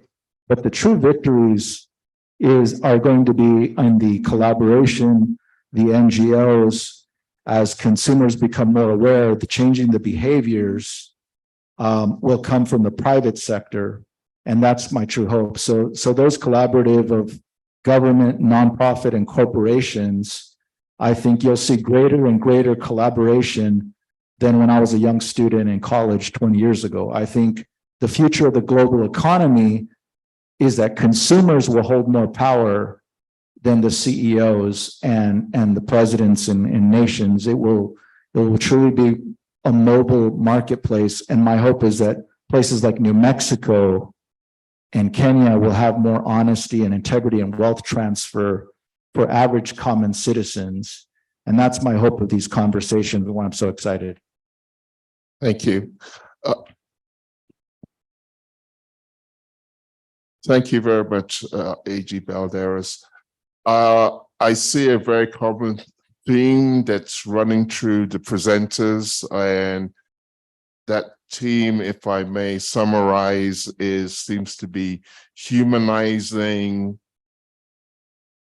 the message of anti-counterfeiting. All the presenters have given wonderful stories and examples as to why anti-counterfeiting is real and why how it affects real people's lives, everyday lives. And I think when we open up for Q&A, to please keep that at the back of your mind as the attendees, that the theme seems to be humanizing, telling that story to get out the message that anti-counterfeiting is real. It affects everyday human beings' lives and consumers on a daily basis. And it's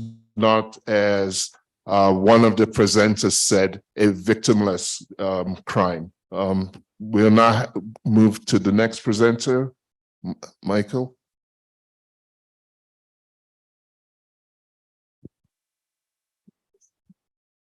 Yes, thank you very much. I think a lot of insights have been given with regard to the negative impact of illicit trade and specifically counterfeiting on human health, public safety, the laws, government revenue, and the rest. So I'll not repeat that, but I'll just zero in on the topic for today, the aspect of security and socio-economic development. And I'll be giving it a focus from the experience of ACA. We regard counterfeiting, which is part of illicit trade, a large part of it forming part of what I would call transnational organized crime.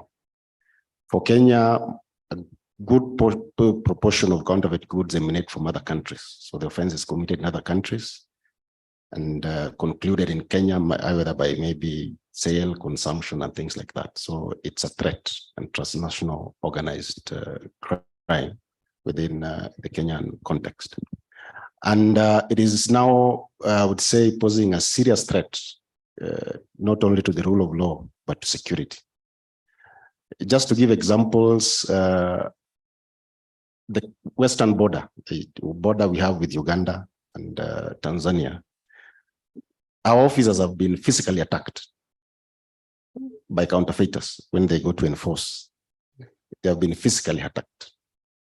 And that is a threat to the security, to an extent that there are certain parts of the border where smuggling of counterfeit goods take place, that they cannot go unless they have reinforced security.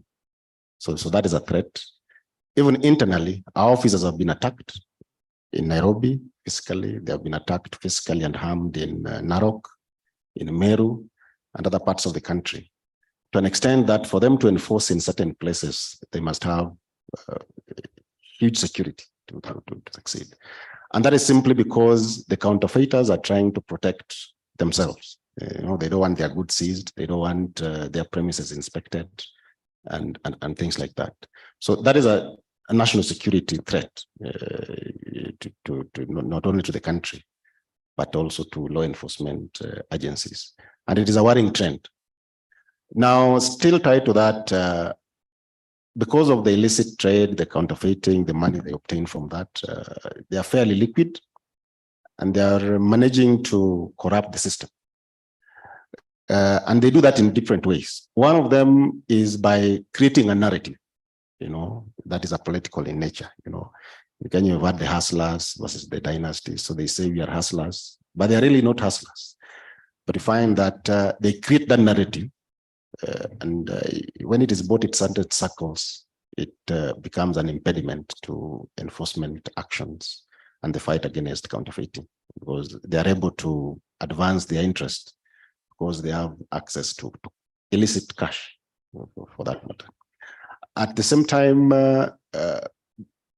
we are now having a very big problem posed by counterfeiting and illicit trade on the rule of law. It's a very big problem at the courts. We are now having a huge problem such that we are fearful of taking huge cases to court because of the risk of corruption. For instance, if you look at our section 32 of the Anti-Counterfeit Act, the minimum fine is 3 times. So you can imagine if we seize goods worth 100 million and we've seized them, the minimum fine is 300 million. The risk of corruption becomes high for everyone in the criminal justice system, right from the seizure all the way to the prosecution. And we've lost cases based on arguments that we find laughable.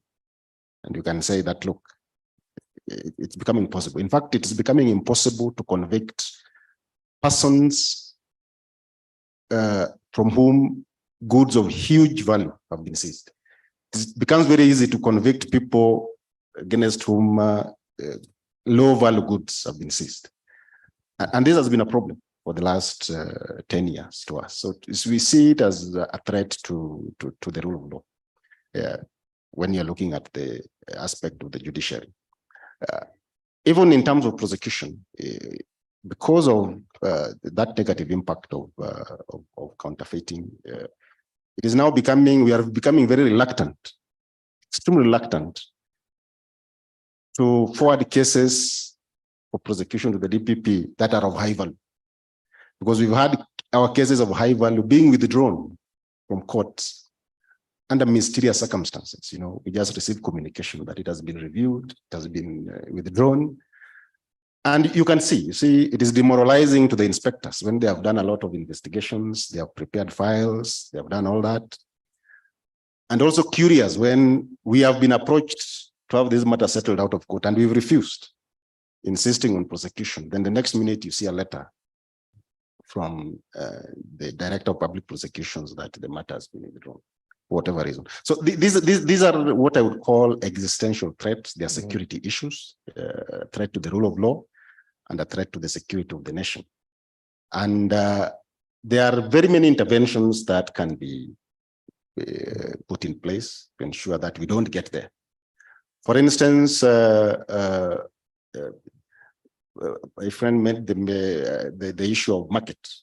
See, if we can have interventions to ensure that there is no market for counterfeit goods, maybe through public awareness, the soft power, and other measures, border measures to ensure that those goods don't get into the country.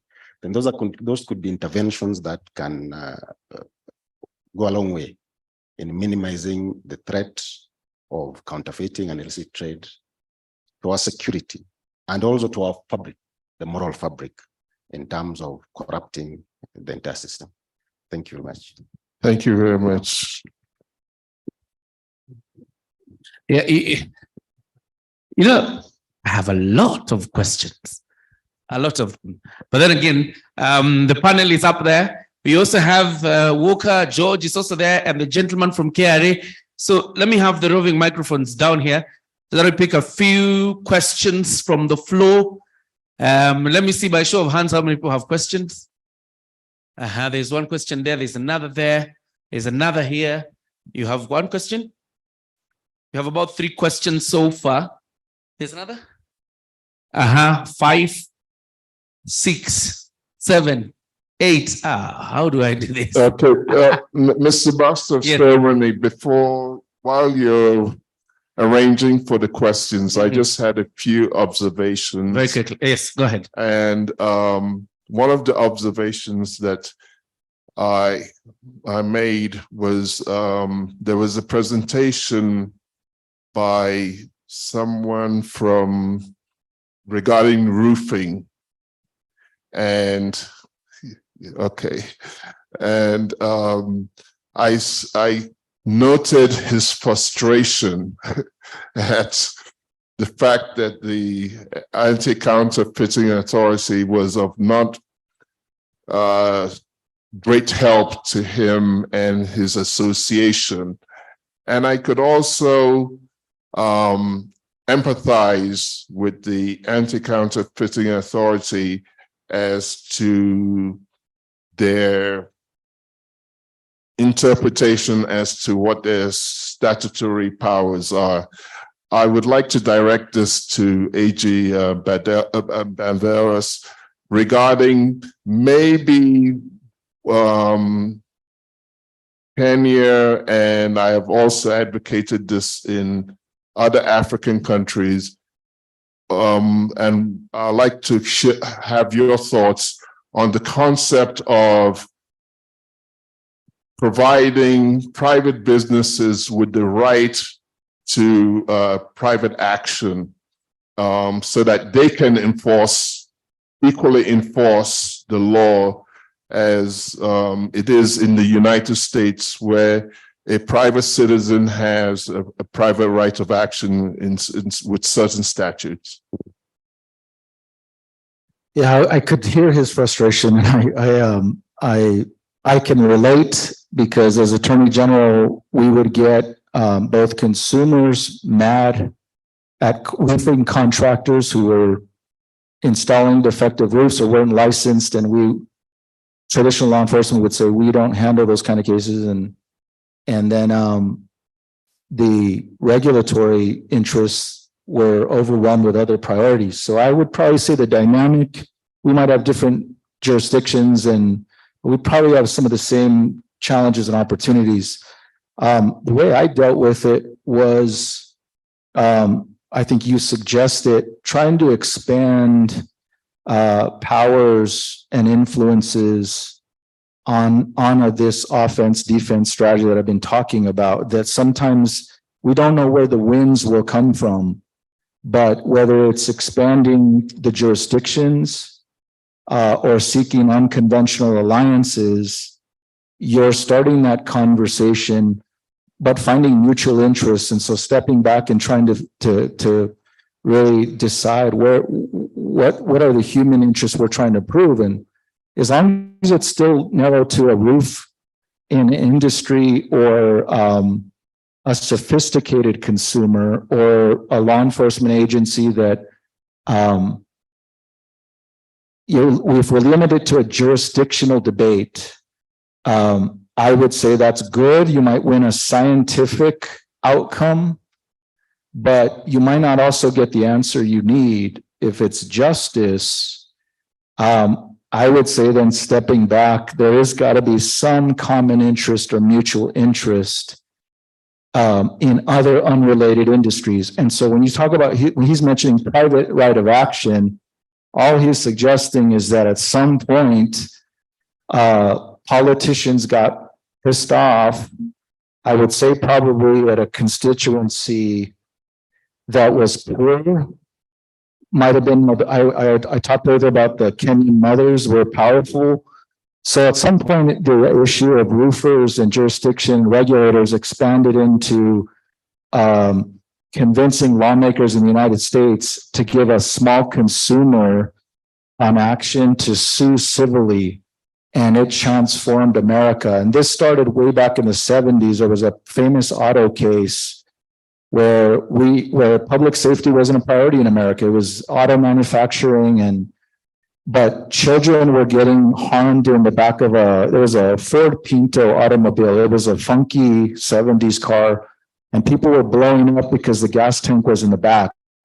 And consumers got angry, and they passed private right of action, and that's been in our culture ever since. And so I'd probably say Kenya is going to be open to these conversations on human and yes, private right of action has made it much easier to bring reform and change in all kinds of consumer industries, because now consumers have civil rights in this area, and it's out. It's not just a jurisdiction or a criminal or moral argument. It now becomes that the way I describe it in kind of non-legal terms, all of a sudden the little citizen can hit the criminal or the business in the pocketbook. And so like this roofing example of trying to bring more honesty and justice, and honesty isn't just in the regulatory realm, but that can change the game. So I think Kenya's going to go through these transformations in the marketplace, but private right of action is a good example of that. Changed the conversation, gave another tool in the toolbox. All right. I'm sure ACA has a rebuttal. Adera? ACA. Yes, thank you. On the Mabati issue, just a few comments. We've had a lot of challenges that are legal in dealing with or fighting counterfeiting in the Mabati sector. One of the challenges is that the Mabati, they have designs, and these designs are not registered as industrial designs. So every manufacturer is using the same design. You know, if you took samples from even 10 manufacturers, you'll find they look similar in terms of design. So we've had a problem with that in that area. The second one is that they rely on trademark. But the biggest problem we've had, and this one has been tested in court in Kajiado, and we appealed. We are waiting for decision of the judge in the High Court at Kajiado, is that if you take the Mabati, you do not find the trademark on the Mabati.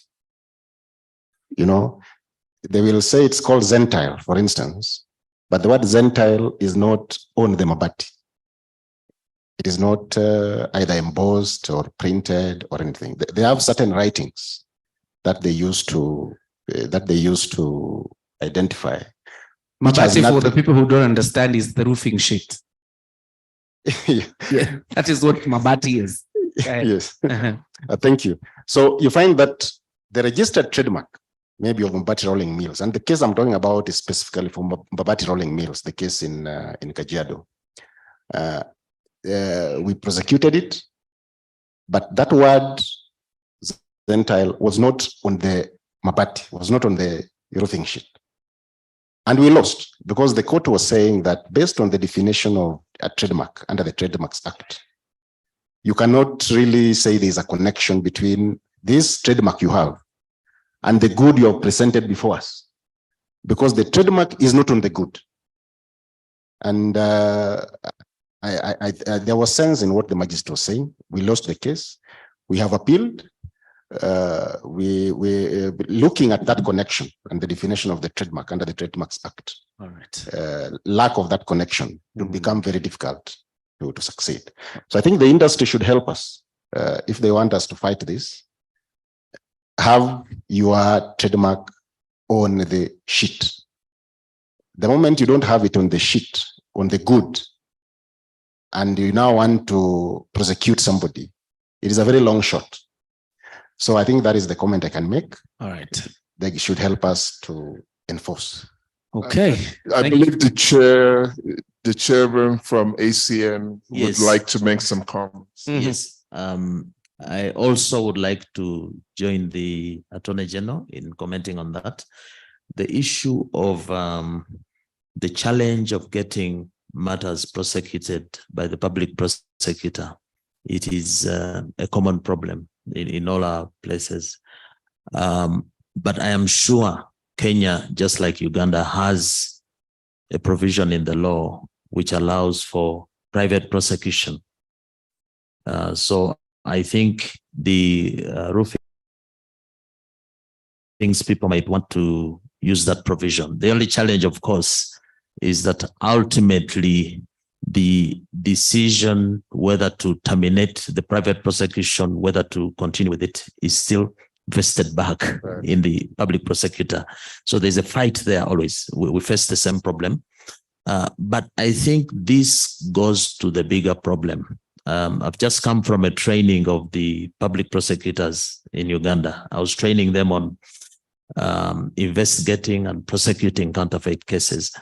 Counterfeit cases are very unique. It's not an ordinary criminal case. A lot of the prosecutors do not appreciate the different ingredients. I have a case in Uganda where a public prosecutor faced with a case of counterfeit agrochemical, refused to sanction the clear case of selling a good with a false trademark or counterfeiting of a trademark, and insisted that the contents of the bottle must be tested. And so the file is with the government analytical lab. And I was telling the person that this is a case of infringement on the trade dress, right, on the packaging, not about the contents. It's not a case about standards. So I think one of the outcomes of this symposium should be to increase the training of the law enforcement and prosecution services, because we assume that these things are known, but they are actually not known. And I would encourage the stakeholders, the different associations, rather than take a stand of I've not been helped and so on. Can we engage? Can we have some symposiums and trainings on these things so that we have an agreement on what a counterfeit offense is, right, and what are the things that we need to push these cases through? But there's a gap there. Yes, that's a very valid point, very important point. All right, time for us now to take questions from the floor. The questions should be very brief, directed to one of the panelists, and then the answer should also be very brief. So I'm starting with who? The gentleman up there? Yes, go ahead. Good morning. Morning. Isaac is my name. I work for Mabati Rolling Mills. I'm also a subcommittee member on anti-illicit trade with KM. I had two questions, but I'll put one. Unfortunately, the panelist does not include the gentleman from Customs and Border Control. But my question was, is REX working? And does it— He can take the question. Does it experience challenges? And maybe if you can clarify on the two. Lastly is to Agnes. I know she's not a panelist. Do we expect the outcome of this symposium to be disseminated to the stakeholders, present and not present, basically for purposes of sensitization and also understanding on the outcomes? Mtego wa panya humshika aliyekuwemo na asiyekuwemo. So we'll come to you, Agnes. Hold that question. I hope you've noted the question by the gentleman.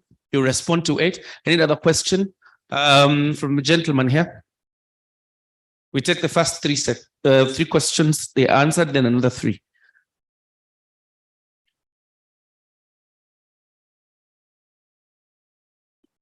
Thank you very much. My question goes straight to Johnson on the criminal justice system and the frustrations which they are facing, particularly when handling high-end cases. I know this actually happens quite a lot, but I feel the frustrations. But at ACA, as ACA, what are you doing about it? Are there other mechanisms you are applying if maybe the cases are withdrawn? Are you thinking of compounding or things like that? Thank you. So beyond the frustrations, what ACA is doing? That's your question. I'm sure, Adera, you've noted that question. Right, third question, bring the microphone here. And ladies, what's happening today? Yeah? Or I have just ignored you? Oh, okay, come back. Good afternoon, good morning. My name is Ndolo, an entertainment lawyer or IP lawyer. So I had two questions. One is just building up on that one, directed to Johnson Adera. We need to highlight, is our problem interpretation at the courts, or is our problem lack of training for the prosecution? Then my next question is to Anthony Mwangi. Is the case of Kenya lack of political goodwill to curb illicit trade, or is it that the people doing illicit trade are powerful people? And so at the end of the day, we can only just talk about such in these forums, but no action can be taken. Powerful, I believe, also means politically connected. So you're saying literally it's like the hands are tied, right? So I think I start with you from KRA to respond very quickly to that question. The answer is brief and concise. Go ahead. Thank you. Well, on to the question. If it has a problem, you can change that. I think it's okay. I will respond to the question. We talked about regional design.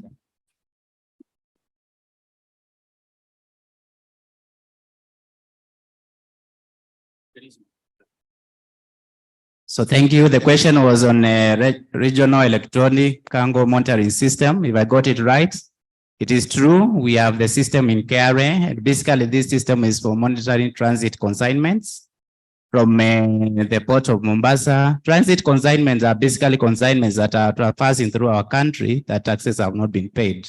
So they move from Kenya to Uganda, Burundi, Rwanda. So yes, the system is working. That one is there and it's very well working, even right now as we speak.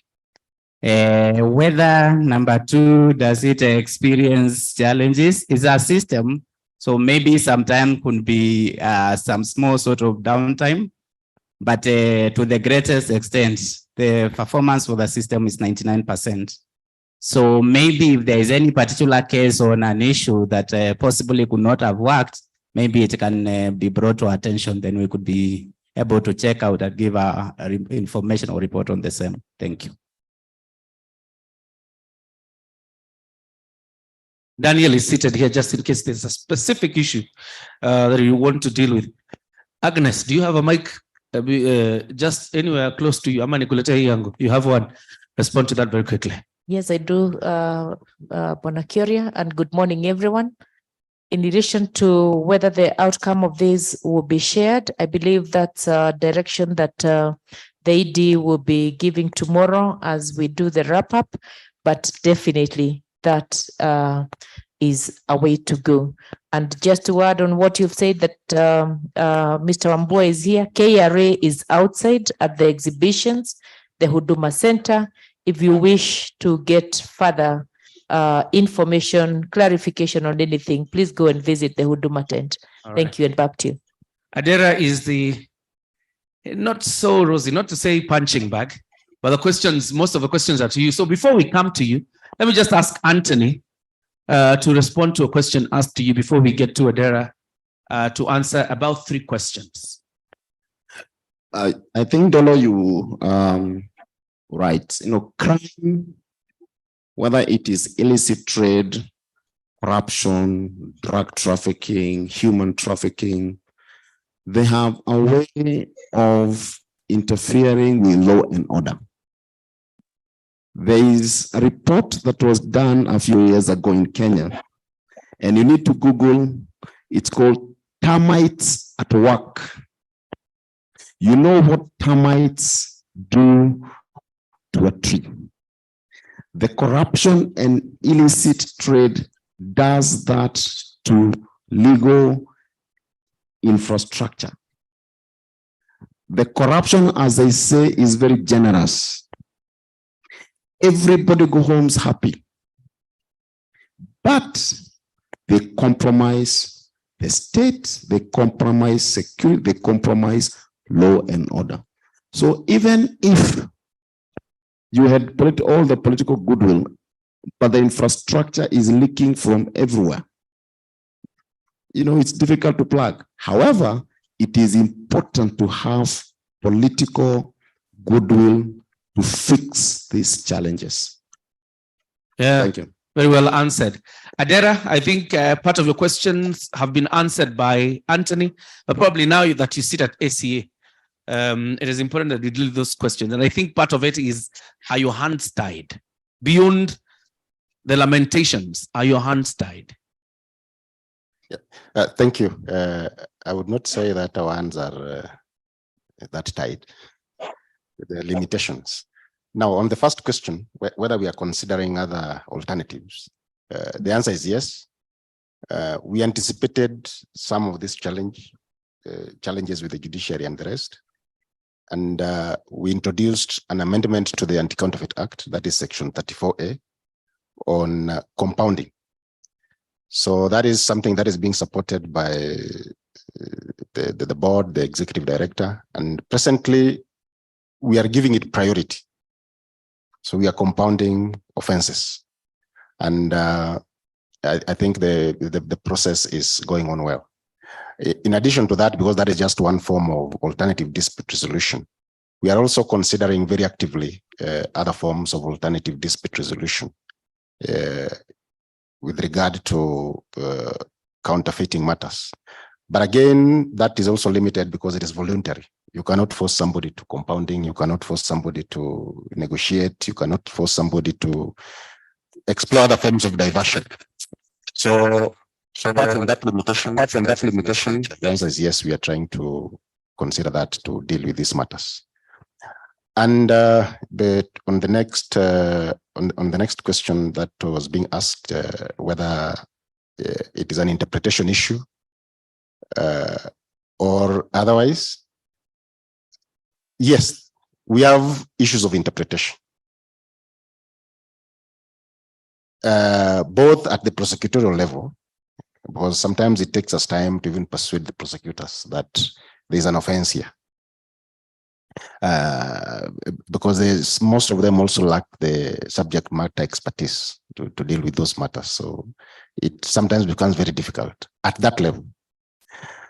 But we also have a problem on the face of it. I would call it on the face of it, that there is an interpretation level. But the cases we have, and some of them are reported on our website, especially from the magistracy, from the magistrates, the interpretation issue is just an escape route to corruption. Because when they start giving us reasons that are clearly not part of the Anti-Counterfeit Act, then we don't believe that they are suffering from lack of knowledge or interpretation of the law.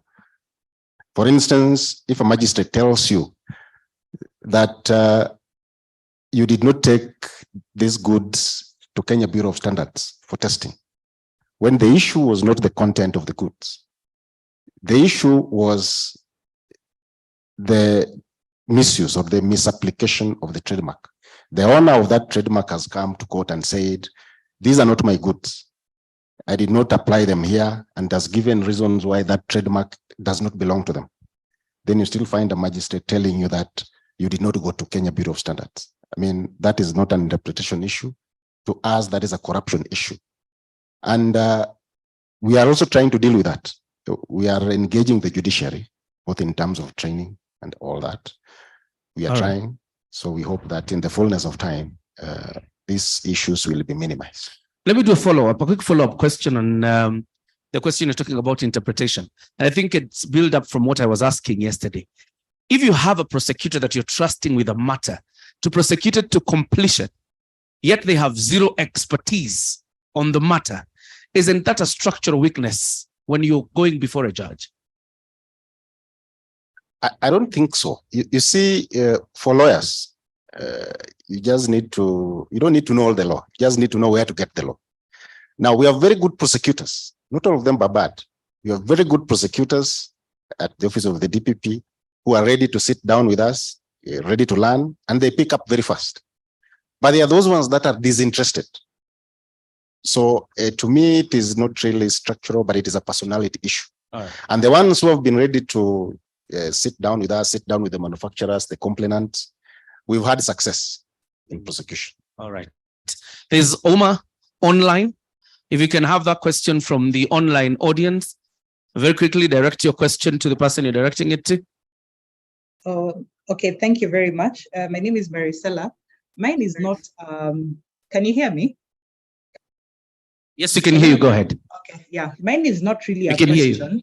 Yes, it's not really a question, but a comment. And I think I'll pick up from what Mr. Dera had said on the issue of the prosecution and the issue you had just raised about the lacuna in terms of expertise. And I think this brings us to the question of building respect for intellectual property. So if people don't understand the value for intellectual property, and this I think was very well captured by General Balderas in his intervention, because the first thing he talked about is, number one, you have to think about intellectual property. So if you don't know what IP is and you don't appreciate the value of intellectual property, then enforcement becomes a problem. So if we come in and we just tell you that enforcement is a crime and it does this, and I don't understand what intellectual property is all about and the value, it doesn't seem to help. So I think this is an area where we need to emphasize on, whether it is the consumers, whether it is the manufacturers, whether it is the law enforcement agencies, it is something that we have to lay emphasis on. And then secondly, on the social economic impact, again, I think it's very important. I think we had a very good intervention from the manufacturers. If you just tell them that it's a crime, if you tell the consumers it's a crime, they don't internalize it. But then if you break it down, because if I go to the consumer and I give them the figures of 800 billion and everything, they don't quite understand that.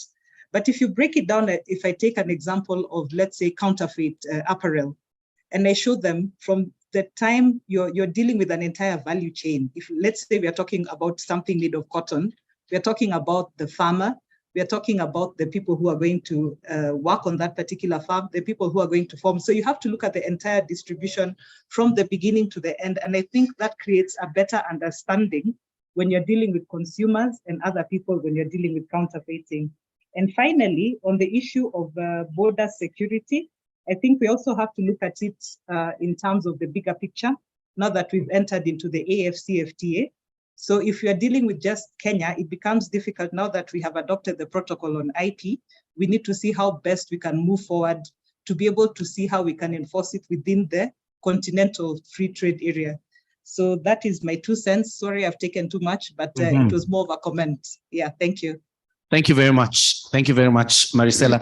And I appreciate Maricela. That was wonderful observations there. So I'm taking another 3 questions. I start with the lady here. There's a gentleman here, and who else? And yeah, the gentleman from South Africa. Then probably I'll accommodate the other questions after the tea break. Where's the mic? Okay. Then there's the lady there and the gentleman up there. Yeah, thank you for the presentation. My name is Peter from the Ministry of Energy.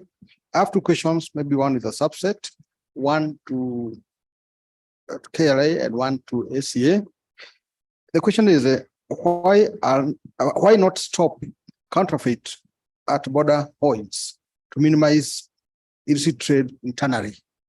And why are we not doing this in Kenya? That's one question. Second question is, what are the challenges on this? then a subset is, why do some Kenyans prefer this illicit trade? Are the barriers too high for legal trade? Well, what I mean for those who practice that. My final question now to the AG. You want to make them four? No, number C. The AG. I understand New Mexico is a historically agricultural communities. They have imported maybe manufactured goods. What have been the experiences in New Mexico when they had similar cases like what you have? Because our trade is actually from outside Kenya. How have they handled it when they get manufactured goods from the rest of America or Europe on that basis? Thank you. I believe the question is directed to General Balderas. Okay. Thank you. It's Ramara. Did I get the name right? Okay. Go ahead. Thank you. Yeah, so I found the comment by Mr. Adera quite refreshing in the sense that in a symposium like this, sometimes things are not honestly said. And I want to pick up on that point because, as I said, I've been working with the ACA for a number of years. I have been subpoenaed by the ACA to appear at various courts across Kenya, Bungoma, Kitale, Kisumu, to give evidence as to why, some of these goods are counterfeit. And, clients invest a lot of money. But now all of that is currently, in my view, being undermined by, prosecutors. Because in the past, you had the ACA prosecuting their own cases. And the reason I'm really commenting on this is that, as a result of the support that we give to the ACA, we've been at the unfavorable end of some of the decisions made by these prosecutors, where they deliberately compromise us and they make judgments. And even in those judgments, go on and say that these goods are counterfeit, but proceed to release the very same counterfeit into the channels of commerce. Now that's very sad and very hurtful when you are undermined from within. And I have another matter which is quite recent. Mr. Adera is aware of it, where once again I feel we are being undermined, and I'm not sure whether it's a purely training issue, because I know the INTA and the ACA have been organizing training. My suspicion is it's a corruption issue that needs urgent address, because we need to be talking to the brand holders and say we need to fight this counterfeiting. And compoundment is not the only answer. It's part of the mix, but the key thing is to also make an impact, because the penalties under the Counterfeit Good Act are there. If someone is faking a product, he should, face the full might of the law. But my appeal is something needs to be urgently done with the prosecution and also the judicial system, being the magistrate. Thank you. All right. And of course, that references the prosecution issue, again, coming up, Adera. Of course, that was not a question, it was just a comment. But I'm sure you were referring also to the matter of the edible oils that had been condemned and then all of a sudden find themselves in the market. The lady there had a question. So give her the mic so that we finish up on the questions.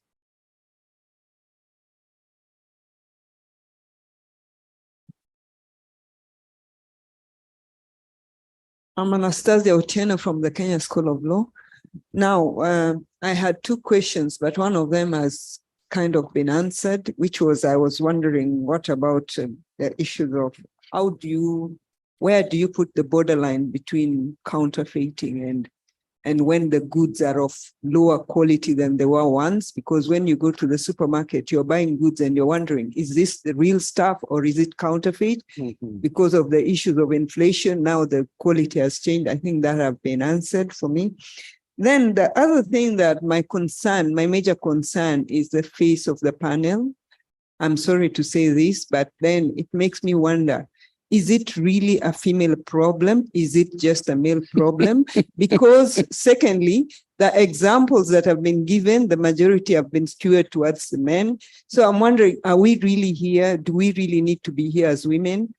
Is it really for us all? You have a very valid point. Let's appreciate that. You have a very valid point. ACA, that falls right into your door, and you will have to deal with that. But for now, I start with Kere once again. Go ahead. You don't have a mic? Okay.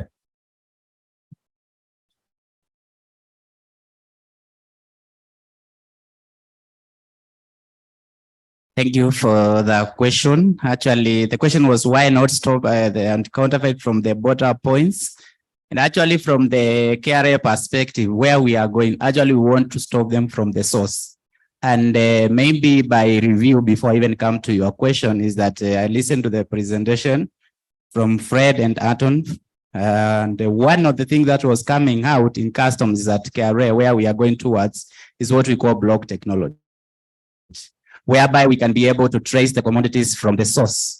So when you are able to trace it from the source, it will not even come to the border, not be allowed in the country. So those are some of the developments through technologies that we are coming with KRA. The fight against counterfeit is actually a journey that started. And I think as KRA, we've made a bit of commendable progress, and we are moving that. Again, when I come to the respective borders now at stations, in border, we work through a multi-agency approach, and we are able to detect. Once we are able to detect counterfeits, we are able to take action. And the action for KRA is that if it's not allowed in the country, you re-export back to the source. So those are some of the aspects. I'm sure some of them find their way out through the porous borders. And what comes through the porous borders is now what we make. Now we liaise with the SEA, and we are able now to do the prosecution, just as been said, and so take appropriate measures so that we can be able to stop. But it's a journey. But going forward, looking at where we've come from and the progress made, I'm sure the journey is on, and we'll be able to somehow, if not eliminate it together, be able to bring it down together, all together. Thank you. Let's appreciate him. General Balderas, very quickly. There was a question on your experience. Does that work?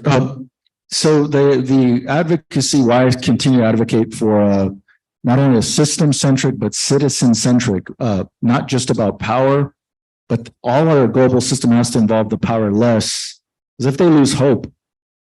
My win, the way I define is, and I'm glad we're talking about corruption and under-resourced, I define a win as getting in a street fight with some of the most vulnerable citizens. So even though I lose on a technicality, or we have corrupt officials in the United States, we as professionals, I'm always trying to recruit new individuals who believe in the street fight on behalf of vulnerable consumers and save the justice, incorporate and system-centric solutions for venues like this. But it's important for all of us, even to get into losing battles in a court of law and still get into that street fight for reform. And as Attorney General in New Mexico, even though we were a small state and we were a border state, I'll give you a Kenyan-centric example. I started getting involved where kids were buying counterfeit goods from China, and why would people care? They're buying headphones for $1 and they're not paying $90, and it was the fraud. But at some point later on, I started representing tribal communities where authentic goods, so if Kenya began importing goods to New Mexico, we're a big artist capital. I would want your artists here not to be counterfeited by China. And so the only way Kenyan could enforce that rule of law is us respecting your culture and the respect for authentic goods, and that your artists and tribes here should benefit from that purchase in the United States. And it took us, even though we're a nation over 200 years, to represent tribal, authentic artistry in the United States. We have trouble enforcing our own Native American tribal goods. We're barely passing federal and state laws right now. But again, it's that street fight. And so sometimes these seem overwhelming, but that's my message. Machadera, your quick comments on the questions asked very quickly. Yeah, thank you. Just to pick up from my colleague from KRA, the policy of government is to stop them at source. And if you look at our section 34B of the Anti-Counterfeit Act, that is part of the legislation to ensure that these things are stopped at source. And we've rolled out recordation, collaborating with the KRA and Kentrade. So we hope that that will go a long way in preventing these goods from coming here. Now, the other issue that was raised is a bit economical, why people still buy them. But I think that has been addressed because there is a market. And if you look at the issue of the disparity in incomes, as Balderas has said, the people will go for cheap goods. And most of those cheap goods are counterfeit. So the best thing is just to keep them out of the market from circulation. All right. And lastly, just on the comment by Paul, as SCA, and I think it is also something that is now a debate in the public sphere, there is a problem with the prosecution and there's a problem with the courts, and they must be fixed. All right. And we'll do our bit to ensure that we participate in fixing it. Okay. For instance, we find it extremely difficult, Paul can attest, to appeal those faulty decisions by magistrates because we don't have prosecutorial powers. We have to go to the DPP, and it is an uphill task convincing them to appeal. So these are things that will have to be fixed in the fullness of time. You're the legal counsel for ACA. If this lady goes to court about non-inclusion of ladies in the panel, your quick response.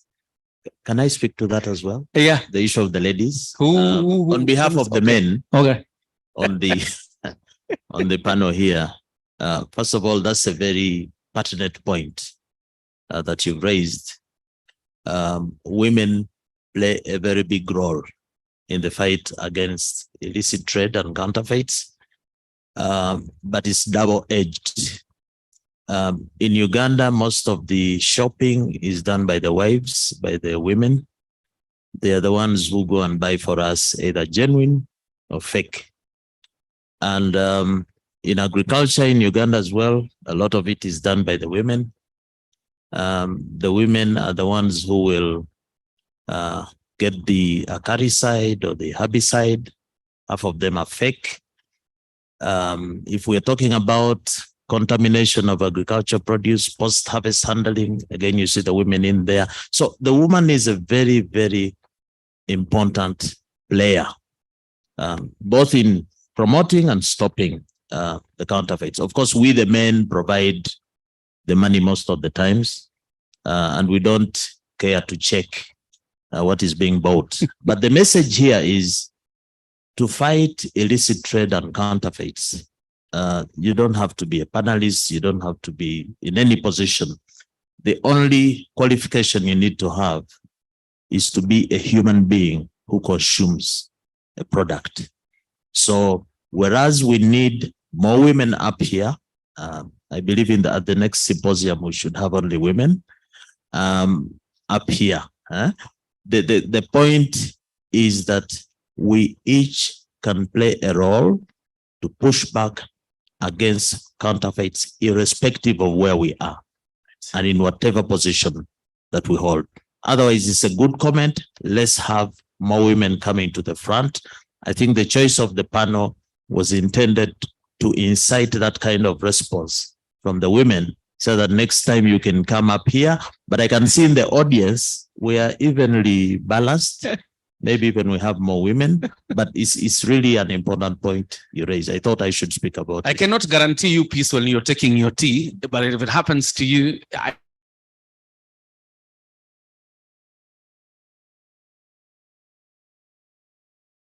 I mean, on to you for your comment.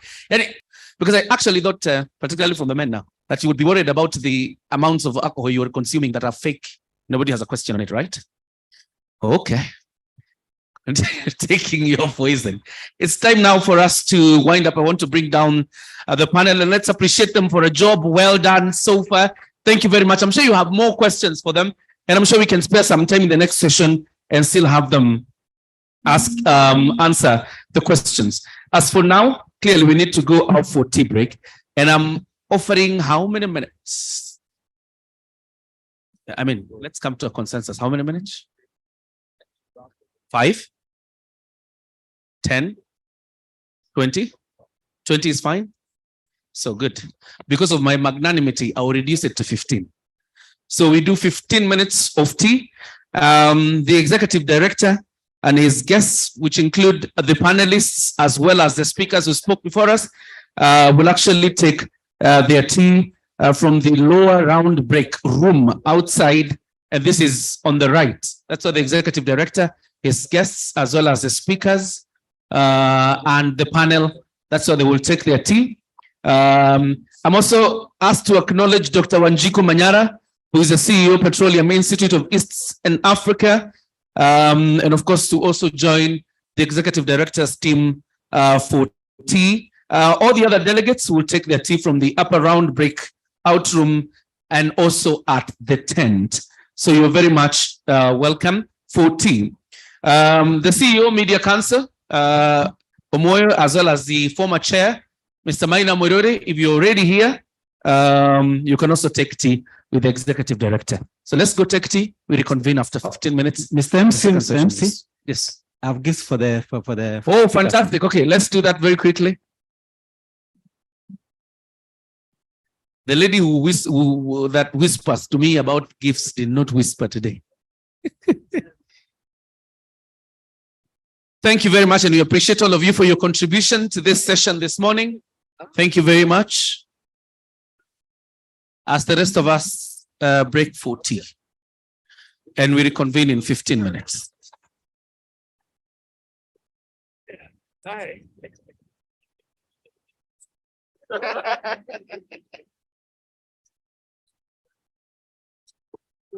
Balance.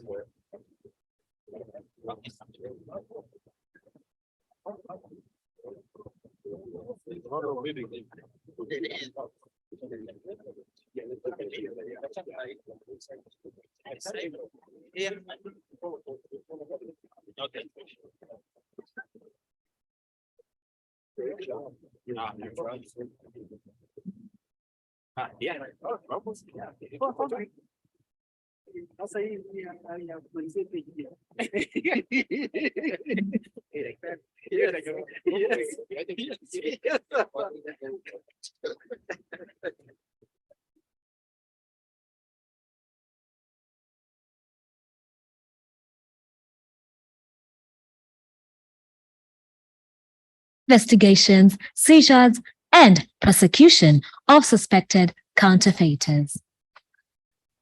SCA values her stakeholders, who include government organizations, manufacturers, and intellectual property owners, traders,